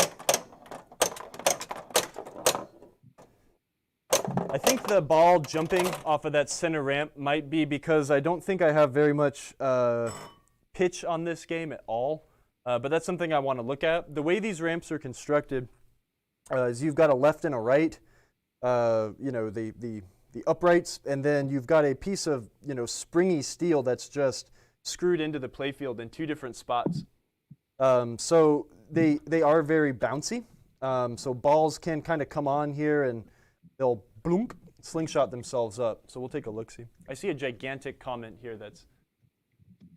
Yeah, I'm sending... Patrick, I saw your comment and I'm sending it to our customer service team. And I apologize.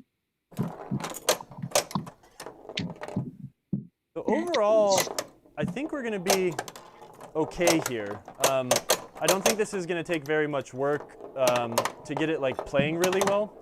And this definitely might be a candidate for like one of the next games we're going to stream because it's amazing. Stream gameplay wise. So that's the trick in this game, is hitting that center loop-de-loop shot. When you come through the either in lane, it lights this shot here for you to light your bonus multipliers. So if I hit that green shot now, I now have a 10x bonus, which is just insane. And a real good player will be able to, I've seen people hit the ball up here, hit that, and then nail that shot. It's amazing. I'm not a real good player, but I'm going to try. It's a proper nomenclature.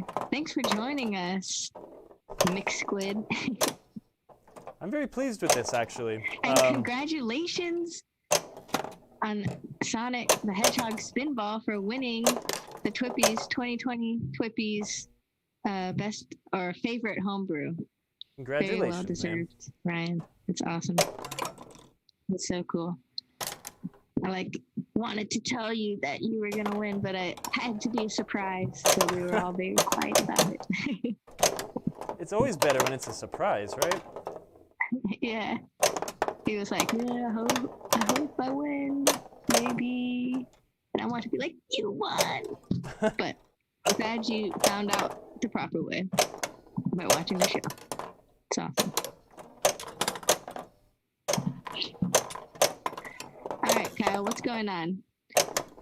We're just play testing? Jungle Lord. Just flipping. This is something I hate. Watch flipping. The flip. Oh, look at how loose that is. Oh. Uh-oh. Oh, that's great. There we go. Watch this. This drives me insane. Boom. You see that big old bump it makes right before it gets to the flipper bat? That's terrible. That's not good. That sucks.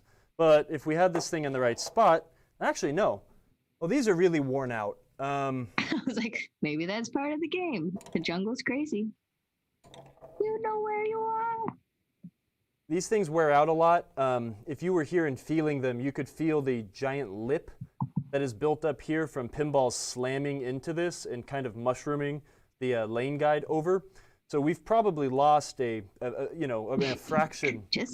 fractional amount of material here, but it's enough to cause these kind of hops without, really the only way to fix this is to replace them. And I do believe, Steve, can you check and see if we have Williams in-lane guides? I think they're universal between some of the earlier games, the Black Knight, Jungle Lord era of games.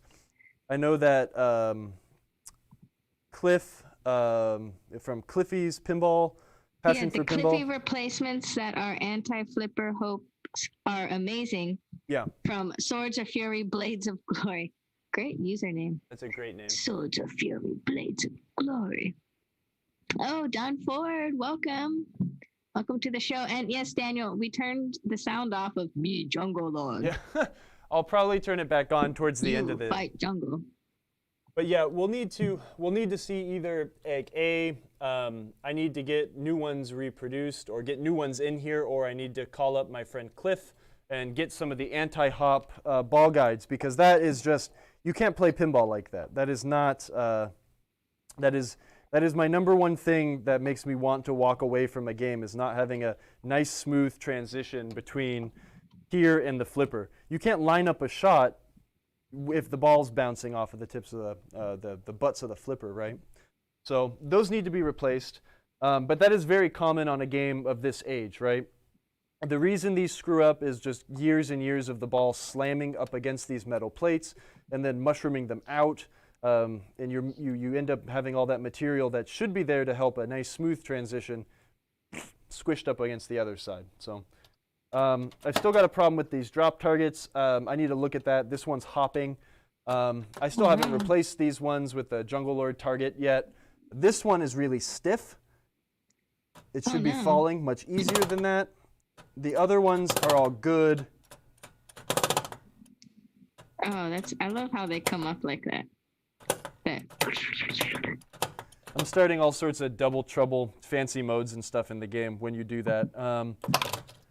But yeah, I think like, you know, other than that lane hoppy thing, we're doing okay. This is going to be really quick to get back into like workable conditions. So, were you able to Jada, you find should have this? took a picture of that. Jada said the flipper rebuild, a tech he thinks 15 years ago decided to repair his pinball with house building parts. I Yeah, wanna see that's not uncommon to find sheetrock screws driven through pinball machines. It drives me insane. Yes, Mitch said we have a ton of return lane guides, not seeing any for Jungle Lord though. I thought we had some early Williams ones in stock. I remember seeing them at some point, but hey, maybe that's something to consider. The buzzing is horrible. So No, it's not. You're wrong. Cephalopod. When we first started this game, we noticed that the wire was cut for that buzzer bell, and Kyle was like, "Absolutely not! We're fixing this now." And then he fixed it, and now that we can hear it, we're just. Well, the best thing is the bell. Why it was cut. I don't. He said he cut it. Oh my God! There you go. Yes. Oh, that's pretty cool. It's amazing. It's satisfying. It's satisfying. It's so satisfying. I have to delete all the high scores because I don't deserve the bazillion points we just got. But hello, James. Thanks for joining us. yeah, I think we're okay. I think that I need to do very minimal stuff to this game, and the next time we see it might be on a gameplay stream.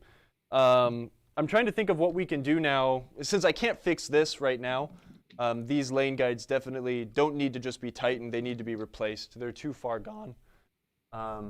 We can. Oh, you're growing up. Your voice squeaked. Oh, God, I'm dehydrated as all heck. I could take a break and go grab some water really quick. Take a drink of water. Let's set up on your desk and let's do some Q&As. See if anyone has any pinball repair questions on projects they're working on, and we can spend the last 30 minutes of the show chatting about that. We're actually going to plug in the sound really quick. That noise is an abomination. I know. Game is the best game ever, and anyone who says differently is sorely wrong. Don Ford, congratulations on your laser cue. It's an awesome game. I think I just saw you say that somewhere. The chat went crazy.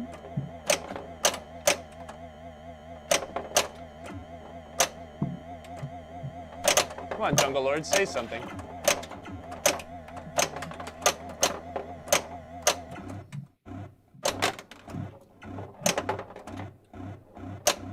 I always thought that this was kind of elegant. I'll put a camera up there in a second. I'm trying to make Jungle Lord say something.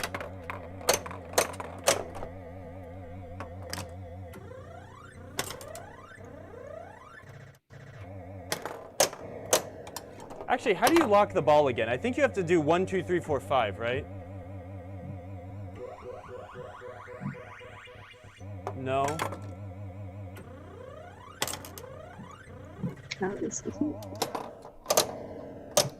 Oh, spelling Lord, that's it. So spell Lord light ejects for limited time multi-ball.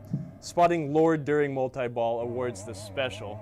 So if we get the bagatelle to spell Lord,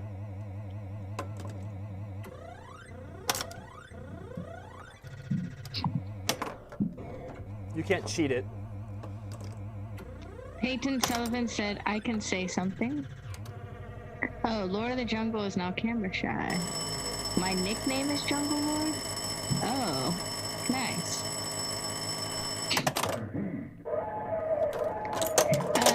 Mr. Valenti Yes, asked listen to those elephants, they're angry.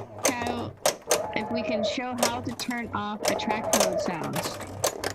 Because they are way too obnoxious on this game. You don't like the elephant screams? God, this game rules. Kyle is in the zone. He's not listening to us anymore. Man, that elephant's super angry. It's so loud for him that he's not even listening to us. And look, he just walked. I can't hear. No, I was going to go grab some water. That was just super obnoxious, but I've got a gigantic smile on my face because I love this game. It's so dumb. Can you... Okay, well, David asked if you could show how to turn off the attract mode sounds. In case some of us want that option. Nope. I refuse. If you can't follow the manual, you'll... It's the best. It's the greatest attract... No, okay, fine. You have to use your manual. You have to get into the adjustment system. And I have to find which one it is. He was straight up not going to do it. I kind of still don't want to do it. I want everyone's Jungle Lord to be really obnoxious. Those are real elephant screams they got from field recordings. Yeah. Oh, totally. I believe it. We got to the stampede, man. Cephalopod asks, is this the same sound set as Firepower 2 and Time Fantasy? Wouldn't be Firepower 2, but it's Williams used a lot of the same noises from like 1978 until 1985. You know, a lot of these games are also, or a lot of the sounds are also used in video games too. So go play Defender or Joust or something, and you'll be like, oh, yeah, I remember that noise from this pinball game too. So if you're an absolute monster, awful, like awful person, and you want to turn the attract mode speech off, you'll have to use your manual and go and find what camera's on. That camera? This camera? That camera. All the cameras. You'll have to go find option number 37, and they make this very complicated in this game. 37, attract mode speech / magnet memory. I do not 100% know what magnet memory is. I've never owned Jungle Lord, so I haven't jumped into like the software tuning side of things, but having option number 37 on 0 will have speech and memory. Having it on 01 will have attract mode speech but no memory. Having it on 10 will have no speech and memory. And having it on 11 will be no speech, no memory. The way we do that is we use the advance button, and we're looking at our credit match display here, and that's what field we are in. So if we wanted to change this, we would move this, advance it to 37, 5, 6, 7, and now we could use the start button. Can you do green cam? Yes. Nope. Yep. 37, 1.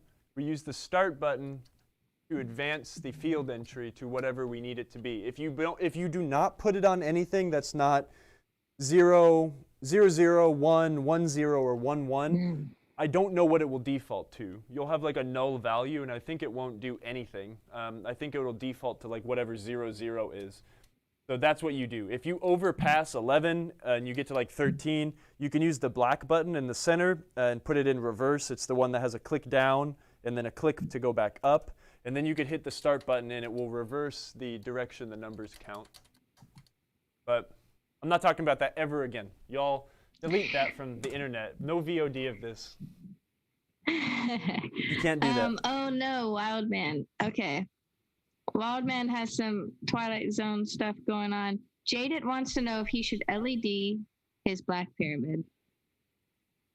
Put some nice warm white frosted LEDs in the general illumination. Oh, no. But Look at Jaded go. He said, I have to read it. An arcade here, electric bat, LED theirs, and the back glass looks ugly.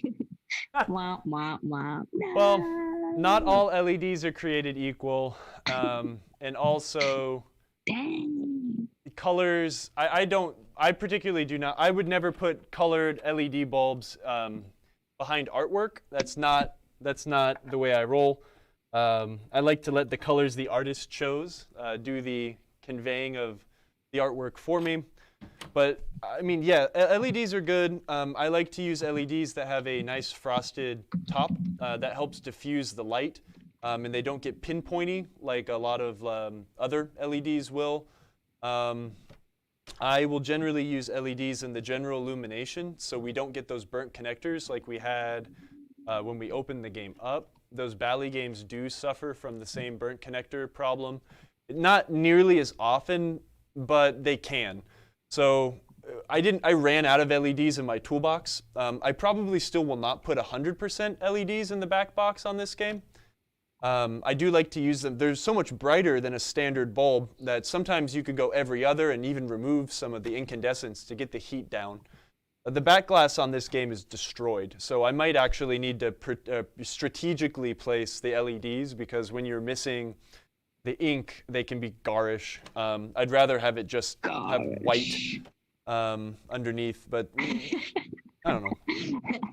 We're not monsters. Some of us like clown puke LEDs. Nah. Monsters. I'm going to get some water. My voice is really bad. 1 second. I want xenon with 30 different color hues spinning around in the background. This is what I want. When Kyle comes back, we'll do a brief Q&A. I see some of y'all's questions. I'm queuing them up for him. Okay, I'm we'll back. See what he has to say. How many points does he have so far, Colin? Probably not many, because I'm being opinionated right now, and that loses points. Remember, this is all my opinion. None of this is actual fact. So, no color LEDs on back glasses. Anytime someone tells me not to do something, I just intuitively want to do that exact thing. So. Yeah, no, I'm the same way. Everyone tells me to watch Game of Thrones, and I'll just never ever watch that show because everyone's told me to watch it, so I don't want to. Oh yeah, Purple Pinball. Remember that? Pinball was so hot a few years ago. Purple Pinball is like my favorite Instagram page. But yeah, that hashtag was everywhere. That being said, I mean, I'd be a liar and say if I didn't have any color GI in some of my games, but it's very, very few and far between when that is like appropriate. All right, I'm gonna switch to blue cam because this Sony is just driving me crazy. I was gonna move it. Oh, is it? No, it's just yeah. My reusable water bottle is in my car and empty. So unfortunately, I am using a single-use piece of plastic. I'm sorry, Earth. Terrible. How could you? I'm the monster now.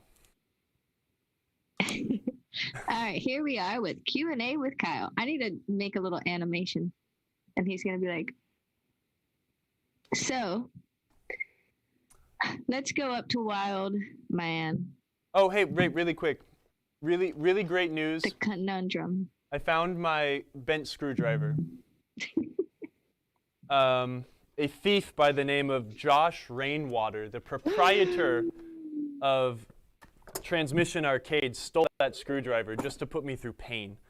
Wow. We are no longer. You could have just given it to him and made a new one. Okay. Let's ask some questions and see how poorly I can answer some of them. All right. Well, we're back with this Twilight Zone issue. I have to fix my Twilight Zone. So Wild Man is working on it. It's narrowed it down to the optometrist switches possibly not working. So the switches are active low, and the lower flippers are only going down to 4.2 volts instead of closer to 0 GND. The upper working flippers go down to 0.6 and 2.5 volts. Do those opto switchboards go bad? Yes. Just weird that it's affecting both lower flippers. I wish I had my Twilight Zone manual here. Hell, we should work on Twilight Zone next week, because I have to fix mine, and then we could look at the schematic and figure out what they're in common. Try it. I mean, you know what? They don't cost very much. Just buy an extra set and see what happens, right? If you invest $40 or so or whatever on a new, I'm sorry, I actually don't know how much they cost, but I know they're not very expensive. If you invest, you know, a nominal amount of money, you'll end up either having spares or you'll fix your problem. So yes, those opto boards go bad. Williams, with their opto pairs, right, the black opto, the slotted opto guys that have a transmitter and a receiver in the same housing, and even the ones that are on like individual boards that, you know, shine their invisible light, they had to, Williams ran their optos really hot. I think those LEDs are rated for a much lower voltage than what they're actually used in reality, and they burn up. The receivers almost never ever go bad. It's the transmitters that always go bad because they're burnt hot and the diode just wears out. Wildman, are you still here? That would be helpful. I mean, just try it, right? What do you have to lose? Because I hate telling Hey, people to ice fix cream. things that way, but sometimes that's the most effective way to fix things, and you get back to playing your game and enjoying it faster. Okay, he's here. You know, He said, I'd yeah, say he give it a said shot. he'll try it. He didn't think they would go bad. No, they definitely go bad. There's multiple ways they can go bad. Let's get one. Let's look at these opto boards. Ugh. I don't remember which one is which right now because I don't get to work on WPC games very often anymore. I think. Thanks for joining us, Ice Cream. I lost Kyle again. Don't worry, I need I'm like a coming back. wide roving camera to be like, Kyle. Where'd he go? I have a lot of these boards in my toolbox. They are sus. We need an emergency meeting. I have a lot of these in my toolbox because they go bad so often. And generally what I'll do is I'll take them from the customer's game, I'll bring them back to the shop, and I'll rebuild them and then put them back in the toolbox. Williams used two different kinds of opto boards. I don't remember which one came first, but you have the one where the optos are right next to each other, like in line, and then you have the one where they are one on top of each other. But they're both basically the same. It's just a different, form factor. The things that go wrong with these: crack solder on the back of the. Oh, crap! I'm showing the wrong camera. Emoto, can you do the small camera? No. I'm sitting here like looking away from the camera. Sorry, I'm sending a link to Dawn Ford, who just got her new laser cue, and she's doing a flipper rebuild on it. I want so I'm laser sending cue. her a link to all of our wheel of laser cue related stuff. Okay. Anyways. If someone has a laser cue that they want to show. sell to me, sell it to me. Okay, we were looking at these, right? One on top of another, but in a different form factor. I don't remember which one came first, but they're basically sort of ish the same board. The optos that they use are different, but they do the same thing. The optos go bad. Transmitters burn out. Sometimes you will find these that are so dirty that there's a bunch of dirt inside that keep the beam from coming through clean, and that can cause weird things to happen. There is a weird way where these WPC games will have weak flippers because of a dirty opto. It doesn't make sense like on paper to an engineer, but in reality it actually does happen. So I think I've told you this already: blow them out with a high-powered compressor and see what happens. The next thing that goes wrong: cracked solder. Happens all the time. That's something to just take a look for. The other thing would be sometimes these resistors burn up, but that's not super common. I've also had those really crummy IDC connectors that they plug into here go bad as well. So make sure all the wires are in the right spot too. This is not necessarily for the fellow we're talking to with the Twilight Zone, but just like on the whole with these opto boards. Anyways, these are used on every game from Addams Family till Cactus Canyon, and then Wildman said opto switchboard A-15894. Sorry, I missed that earlier. What's that? I really should know which one's which. The problem is both of these, they only have the part. On the left side, the one on the left. The tall one or the short one? Because they have the part number for the actual board on them, but not the assembly number. Anyways, yeah. So all of that information is pretty pertinent to every single Williams game from Addams Family forward. Every game that uses solid state Fliptronic stuff. Oh, Christopher said, "Thanks for these tips on my WPC 89 Dr. Who." No problem. Are you okay? We don't. Oh my gosh. I'm sorry. I can't That would swallow be water. We don't have like anyone there to give Kyle a Heimlich. Midge It's okay. needs to be their camera operator. What if he chokes and then we're just sitting be there kinda cool. watching? I like, wonder if I'd be the Hurry, only call person someone to at like the die office on to rush Twitch. over there. I always Oh my figured a God. pinball machine would either kill me or I would die That's a surrounded by tricky them. problem. So Yeah, he doesn't know how to swallow. All right. yeah. Does anyone have any more questions for Kyle? We have about 10 minutes left for the show. Only 10 minutes? Yeah.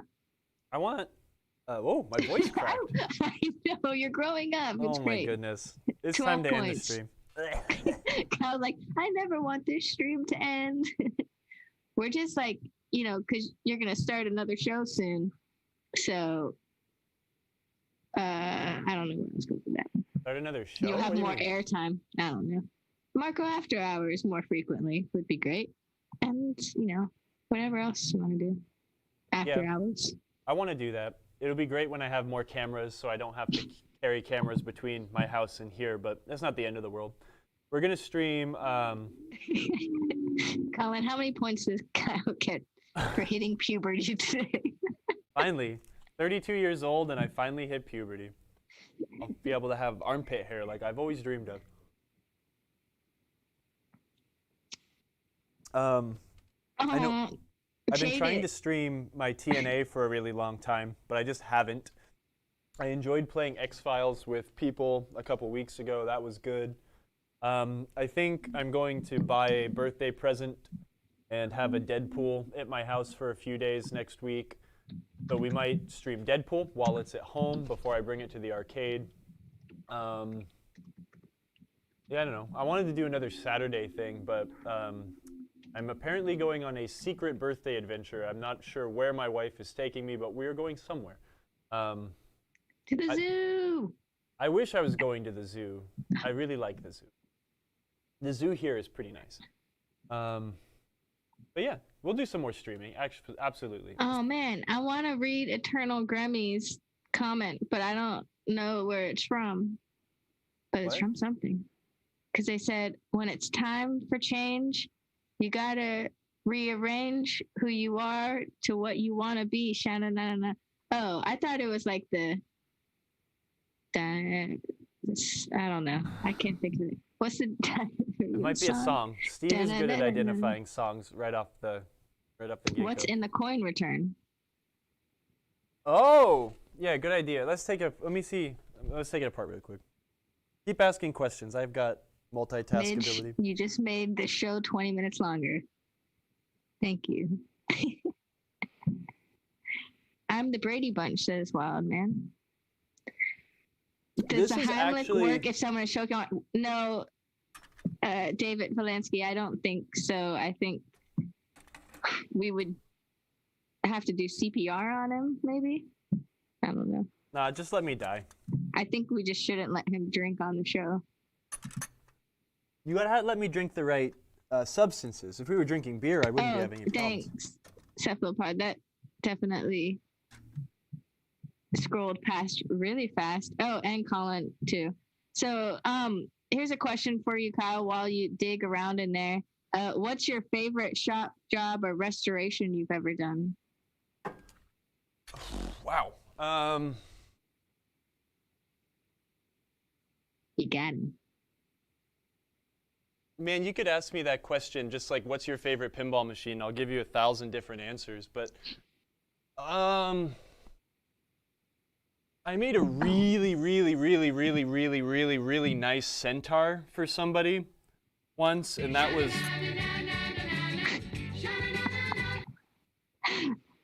What are you doing? The Brady Bunch? Sorry, I was watching the Brady Bunch movie. Why are we watching the Brady Bunch? Well, because it's a cool thing to do.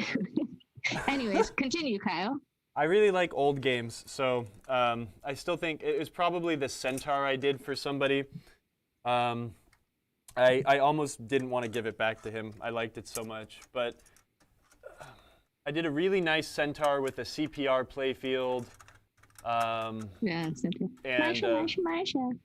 The cabinet was gorgeous, so I didn't really need to do too much on that aspect, but I really like doing Bally games. There's something very cathartic about it for some reason to me. I've done a couple Fathoms that I really enjoyed. I always like doing Stern games too. What the heck is this thing? I'm sorry, I'm tripping out now. It like has eyes. Like it looks like a little alien. We can't see, so we're just like seeing the top of your head, and it's really sad. Well, the suspense. I can't show you much either because the problem is like Fly green cam over. You can't really take this. You can't get to where I need to be without like taking the whole coin door apart. So now this is just like gonna drive me insane. Like I might take the whole thing apart just to figure out what the heck this thing is. Oh, I can go a little bit. Yeah, I don't. Well, oh, wait, hey, okay. we have a real question. No, sorry, that was really rude of me. All these questions are real and Wow. valid and awesome and great conversation starters. But Christopher is saying, my ballet Doctor Who has a pop bumper Wait, problem. hold on. God. What camera is it? It's a frog magnet. Oh, I'm so happy. I am so. It had eyes, and I knew it was green. Oh, I'm so happy. When you said it had eyes, I thought it was just like. Oh, I'm a so. joke. I'm so happy Wow. right now. That's pretty amazing. Okay, let's It's talk like about a Dr. Dude knockoff now. Karopi. Good call, Midge. I'm looking in there. And it did not take that long. Okay, for real though, Christopher, my ballet Doctor Who has a pop bumper problem. Coils fire in test mode, but not in playing. But not in the game. Mm.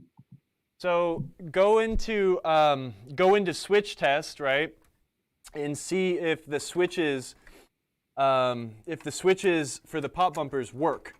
If they do not work, look at your switch matrix and see what other things are in the same column as the pop bumper switches. If none of the items in the pop bumper or in the column that is shared with your pop bumper switches work, then you most likely have a blown column driver, and that is very, very, very common on WPC games. Someone might have accidentally introduced solenoid voltage to the switch matrix, which is bad. So do that for me. The thing is, right, with the game, to work, the game needs to see those switches closed to activate that. But in test mode, it's just the software saying, hey, do this, right? So if they don't work in game, it's because it can't see the switches closing, and that's the most likely the culprit. Which sucks, because then you have to unsolder it from the board and replace it, and it's a pain in the butt. But it's, you know, something you gotta do. It's an annoying mistake. I'm gonna move Nice. And yeah, and Cephalopod said, before you do any of that, just clean the switch first. Hopefully that'll help. Yeah, that's I'm thinking DEFCON or like the worst case scenario, but that's you know, you could just also have dirty switches. Those pop bumpers are in the back of the game, and they get dirty pretty quick. I'm glad everyone likes my frog. Is it a magnet? Oh, Is it a hell magnet? yeah. I'm taking this thing home. It's going on the fridge. Isn't this so cute? Look at it. It's so happy. How? Someone's like really sad that they lost their frog magnet. Well, if they really 20 cared years about ago. him, they wouldn't have lost him in the coin door. I mean, if they thought he would make the game play. Someone asked earlier, I saw it, I can't remember who it was, but a Jungle Lord on location, usually 5 ball or 3 balls? 3. I mean, I would always run it on 30 3. tickets. Sorry, I'm just trying to see if your voice is picking up on my mic.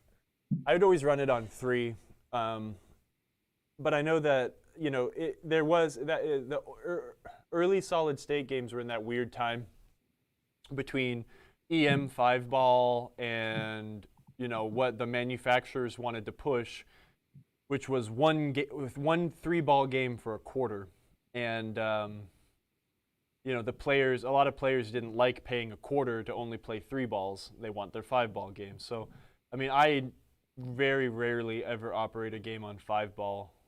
I do some of my EMs for 5 balls for a quarter, mostly because it's a pain to wire up an EM to take 2 coins for 1 credit. But yeah, I prefer a 3 ball game. A 5 ball game takes too long for the most part, and I lose interest sometimes when they go too long. David Valansky said, I suppose I missed it in an earlier show, but tell us about that tables on wheels. It is a. I think I missed it too. It What is are a we talking? Husky 52-inch work table with adjustable height and 2 drawers. There's a box for one right over there. I think we got them at Lowe's. We have a bunch of them in the office. It's pretty handy. It's not deep enough. It's plenty wide, but it's not deep enough. I wish it was like 10 inches longer or wider this way for more storage, etc. Don, don't feel bad, Don. My dad just put our Stranger Things on 10-ball games and then is going around bragging that he got a really high score and now does not believe that people can get those scores without having the game on 10 balls. There's nothing wrong with having a game on 5-ball. It's just like 5 balls fine. I personally don't 10 balls come on. Especially on like a game like a new Stern game or something, right? Like if you have ball saves and stuff like that, having a 5-ball game would just take forever. Oh, TNA co-op 12 balls? Now that does sound awesome. I wonder how many they can go up to. You can actually get to Reactor 9, maybe. Yeah, maybe I'll do that. Eska and I will do a 12-ball co-op TNA game with 4 players, and we'll see if we can actually get to Reactor 9. Put Twilight Zone ceramic balls in it too. Yeah, when we used to do a stall ball tournament at the Golden State Pinball Festival, and the last year I was there in 2019, we used my Mars Trek for the stall ball tournament, and I high tapped it, and I put a power ball in it, and that guy, like, it just flew. It was super gnarly. And it was fun because Tonio Kleiss of Stern Pinball actually won the stall ball competition on that game. So that was pretty good. Nice. The power balls are really fun. I like to keep them around just to do goofy stuff like that, especially on an EM, because they're, especially like a Williams EM or something, you know? Cephalopod said my TNA has 1 power ball just to screw with you, and he speed ran Reactor 9 in 15 and a half minutes. Wow. That's nuts. I wish I was that good. Oh yeah, stall ball. Explain to everyone what stall ball is. It's a really fun game. So the way stall ball is a multiplayer game. It works best with like 4+ people. But the goal is that you need to choose a game where the ball will stop. So games with scoops or saucers are great. Because the goal is someone will play the game until they shoot the ball into a scoop or saucer. As soon as the ball goes into said scoop or saucer, that player steps away, goes to the back of the line, and the next person comes up. So, you know, if we were talking about, let's talk about TNA, right? If you're playing TNA, hopefully people know the layout of that game. As soon as you get it into the scoop, I would walk away. Emoto would immediately come up to the game, catch the ball, start playing, and try to get it into the scoop. If you drain the ball or you break one said rule, you're out. So you leave the rotation.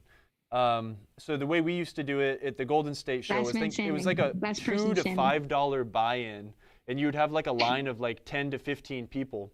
And whoever won the pot. It was the last man standing sort of thing. What's the longest stall ball line you've had? Stall ball conga line. 25, 30 people. 20. Yeah, that's awesome. Dang. I was like stoked at 5 people wanting to play with me.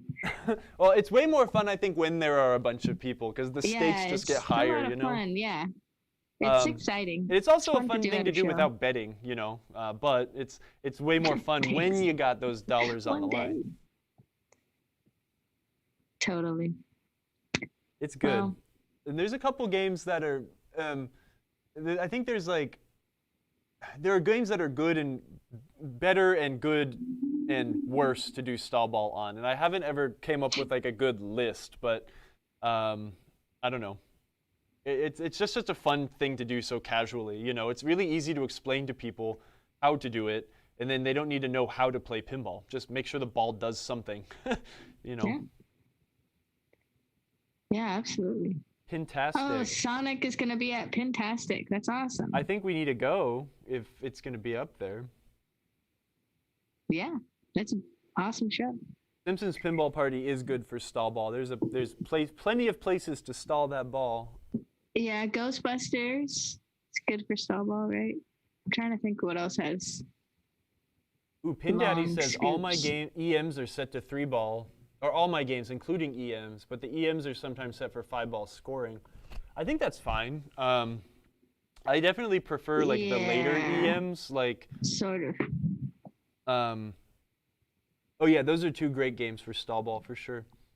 I think like with my electromechanicals though, like when I think about like my later games, like 2001, that game I much prefer to have on 5-ball, right? It wouldn't be fun 3-ball. Jack in the Box, I much prefer that game on 5-ball play as well. But games like Grand Prix and Mars Trek, those games are way more fun on 3-ball, I think, because they play much more like a modern game, being so quick and not as kind of floaty and slow like some of the older Gottlieb games are. Yeah. I need to finish Data Grand East Prix. Guns Roses. Oh, you can do under the flipper to the shooter lane for stall ball. Like, that is a really good one, right? Then you have no pressure because it's just sitting in the shooter lane. You can like casually walk up and make your shot, right? David says haircut or man bun. Yeah, I'm getting a haircut. Well, I was just about to say you could totally tie your hair back now. Oh, I totally And could. it's like having short hair, but you still have all the superpowers of long hair. Yeah, it just makes my giant forehead look even bigger. It's great. That's where all my wasted knowledge of pinball and weird stuff goes. So. Oh, it auto plunges. Okay, that makes sense. That's exciting. Yeah, no man No bun. man Yes, bun. no man bun. I like to screw with my wife do and a just like regular hold it in a ponytail, and she just goes, "Ugh, get out of here." AFM is good for stall ball. Yeah, that is a good one. Any Pat Lawler game, yeah, you're not wrong. Guns N' Roses is a game I haven't gotten to play in a long time. I'm looking forward to Pintastic. I'd love to go to that show. I'm just excited to go to the next pinball show, right? Well, Pinball is like what, next weekend or something in Ohio? It's crazy. Yeah. I'm not going anywhere until I'm fully vaccinated up. I hope it's good and safe. Me too. So next week Pin Brew. Beer and pinball, Pin Brew, Pin Brawl. Ooh, it might turn into Pin Brawl after hours depending on how much Pin Brew there is being used, right? Don says ponytail for sure, like an evil 90s dude. Yeah, if I had like black hair and I was like wearing like a trench coat, I would totally look like one of the terrorists at the Nakatomi Tower or something. On your vaccine appointment. Hey, cool, congrats. Get that vaccination. Twippy hair. I have lots of hair, y'all. I like long hair on everybody. I am an advocate of Wildman got his second shot yesterday. Congrats. Yay, everyone's getting vaccinated. That's awesome. I get my second shot in 2 weeks, I think. I'm very much looking forward to that. Man Bun would end this stream? Dang. It would. I wouldn't watch. I mean, I'm surprised anyone's watching. What? With me like going like, oh, hair. Yay, congrats to Wisp. That's awesome. We all get to go play pinball in public again soon. That's right. At least at shows.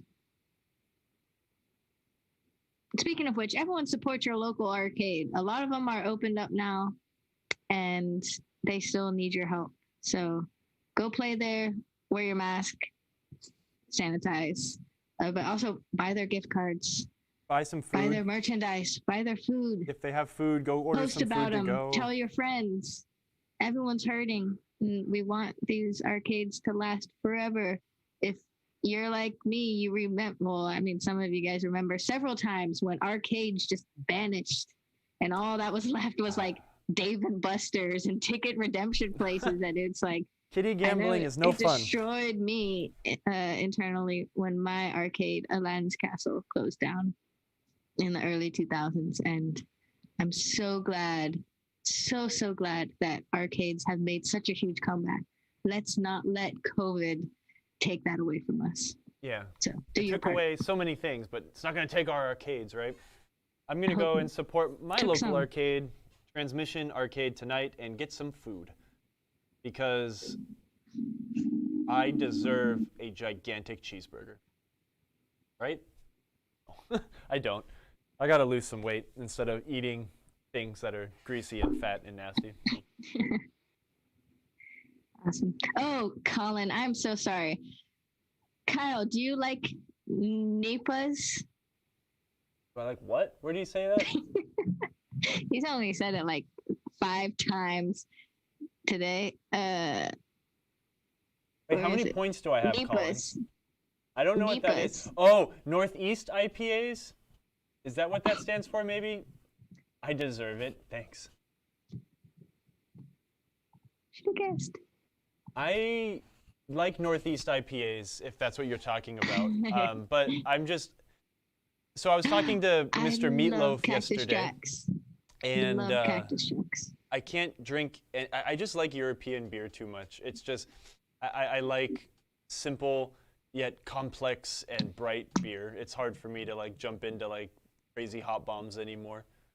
I like everything though. I'm the most unpicky person in the world. Jaded. Yeah, New England. Jaded supporting Starfighters. It's awesome. Nice. To get on the Kyle Spiteri fan club membership, you must send Kyle IPA beers weekly to his home address by pigeon. Yeah, or send me a box of Pop-Tarts. Or what Midge said, send $5,000 to Marco's Specialties, 5290 Platt Springs Road, Lexington, South Carolina. No. Care of Kyle, so Kyle can buy a Deadpool pinball machine. No, extensions. I don't have extensions. Her hair is amazing. But yeah. Kyle, did you know that we are developing a show with James Moriarty, who's in the chat right now? I have heard something, and I think that's very exciting. It's going to be awesome, and I can't wait to reveal it to you guys soon, at some point next month, probably. And for you guys who don't know, James Moriarty is an awesome director, producer, videographer that created the famous About Us Marco pinball video that you saw at least 6 times before the Twippies started last Saturday. It's a very beautiful little mini documentary about the behind the scenes of Marco. So if you haven't seen that, it's on our website or on our YouTube channel. Check it out. Beautiful stuff. Take a look-see. Yep. Super hoppy beer is overrated. Super hoppy beer has its place. I'm just tired of it. Drinking all of the Northern California crazy IPAs. I really enjoyed it, but I just don't, like, every time I'd go back to Europe and I'd like sit down and drink like a nice crisp Pilsner or some, lager in some weird little German town, it's just like, I enjoy that so much more. I don't know why. I like all beer. I like all food. I'm mostly a vegetarian. The only thing I won't eat pretty much is octopus, because I have moral objections to that. And most meat most of the time. But, I'll eat meat. I don't do it at home, but I will eat it outside. ENK, I'm about to ban you right now for that comment. That's messed up. I know exactly what picture you're talking about, too. Banned. You're cool sometimes, but now... ban. I'll ban him. It's a joke. Banned. Well, here's the thing. When Emoto comes to visit, maybe approximately, well, shucks, I think 3 weeks now, I'm going to give Emoto something to do. And she is going to fix the game using every bit of knowledge she has learned listening to me blabber. Kyle's going to do all the live switching on the stream. Oh, yeah. That's going to be awful. I'm so bad. How do I get out of this? All right, guys, we're at the end of our show. Next week, we're going to do something exciting. And in the meantime, we are going to raid someone on Twitch. We need to raid Manu. What did I get out of this? What'd you do? I don't know. I broke it. Oh, God. Oh, good. Where'd the chat go? Oh, you really broke it. Oh, don't do that. Oh, yeah, here you go. Bam. Oh, dang. Dang, Emoto's flexing some muscle for some shade throw. Hard body. I'm going to go play my hard body after this. Sorry, y'all. Sorry, CNK. You're cool. For real. Oh, wait. You can't hear me. No, I think that's just a chat silence. I don't think that's actually like kicking him out of the channel. Oh, man. You're a brutal dictator. How do you make it go away though? What did you Sorry, do? I got too excited there. I really want to raid. We're going to raid Loose Flip today since I'm wearing their shirts, and they're live all the way in Germany. Yeah. And they're playing Super Mario Brothers. He's great. It's mostly 99% of it will be in German, but you can type in English to Andy and he will respond to you. He's amazing. I can't see the chat though because Emoto did something goofy. Here, I'll jump in on my phone. And then we can see what people have said and then we can leave. Thank you everyone for the great stream today. We had a lot of fun hanging out with y'all as per usual. And we will see you next Thursday at 3 p.m. Eastern. And don't forget to use that PinTech live code right there. I should know which direction it is now. Oh, this is really old. They're still talking about Pop-Tarts. Hold on. I mean me. I love Pop-Tarts. Pop-Tarts are delicious. I can German, no problem. Awesome, Daniel. Thank you, everyone. You guys are great. Thank you for joining us. Now. We're going to raid now? Okay, bye.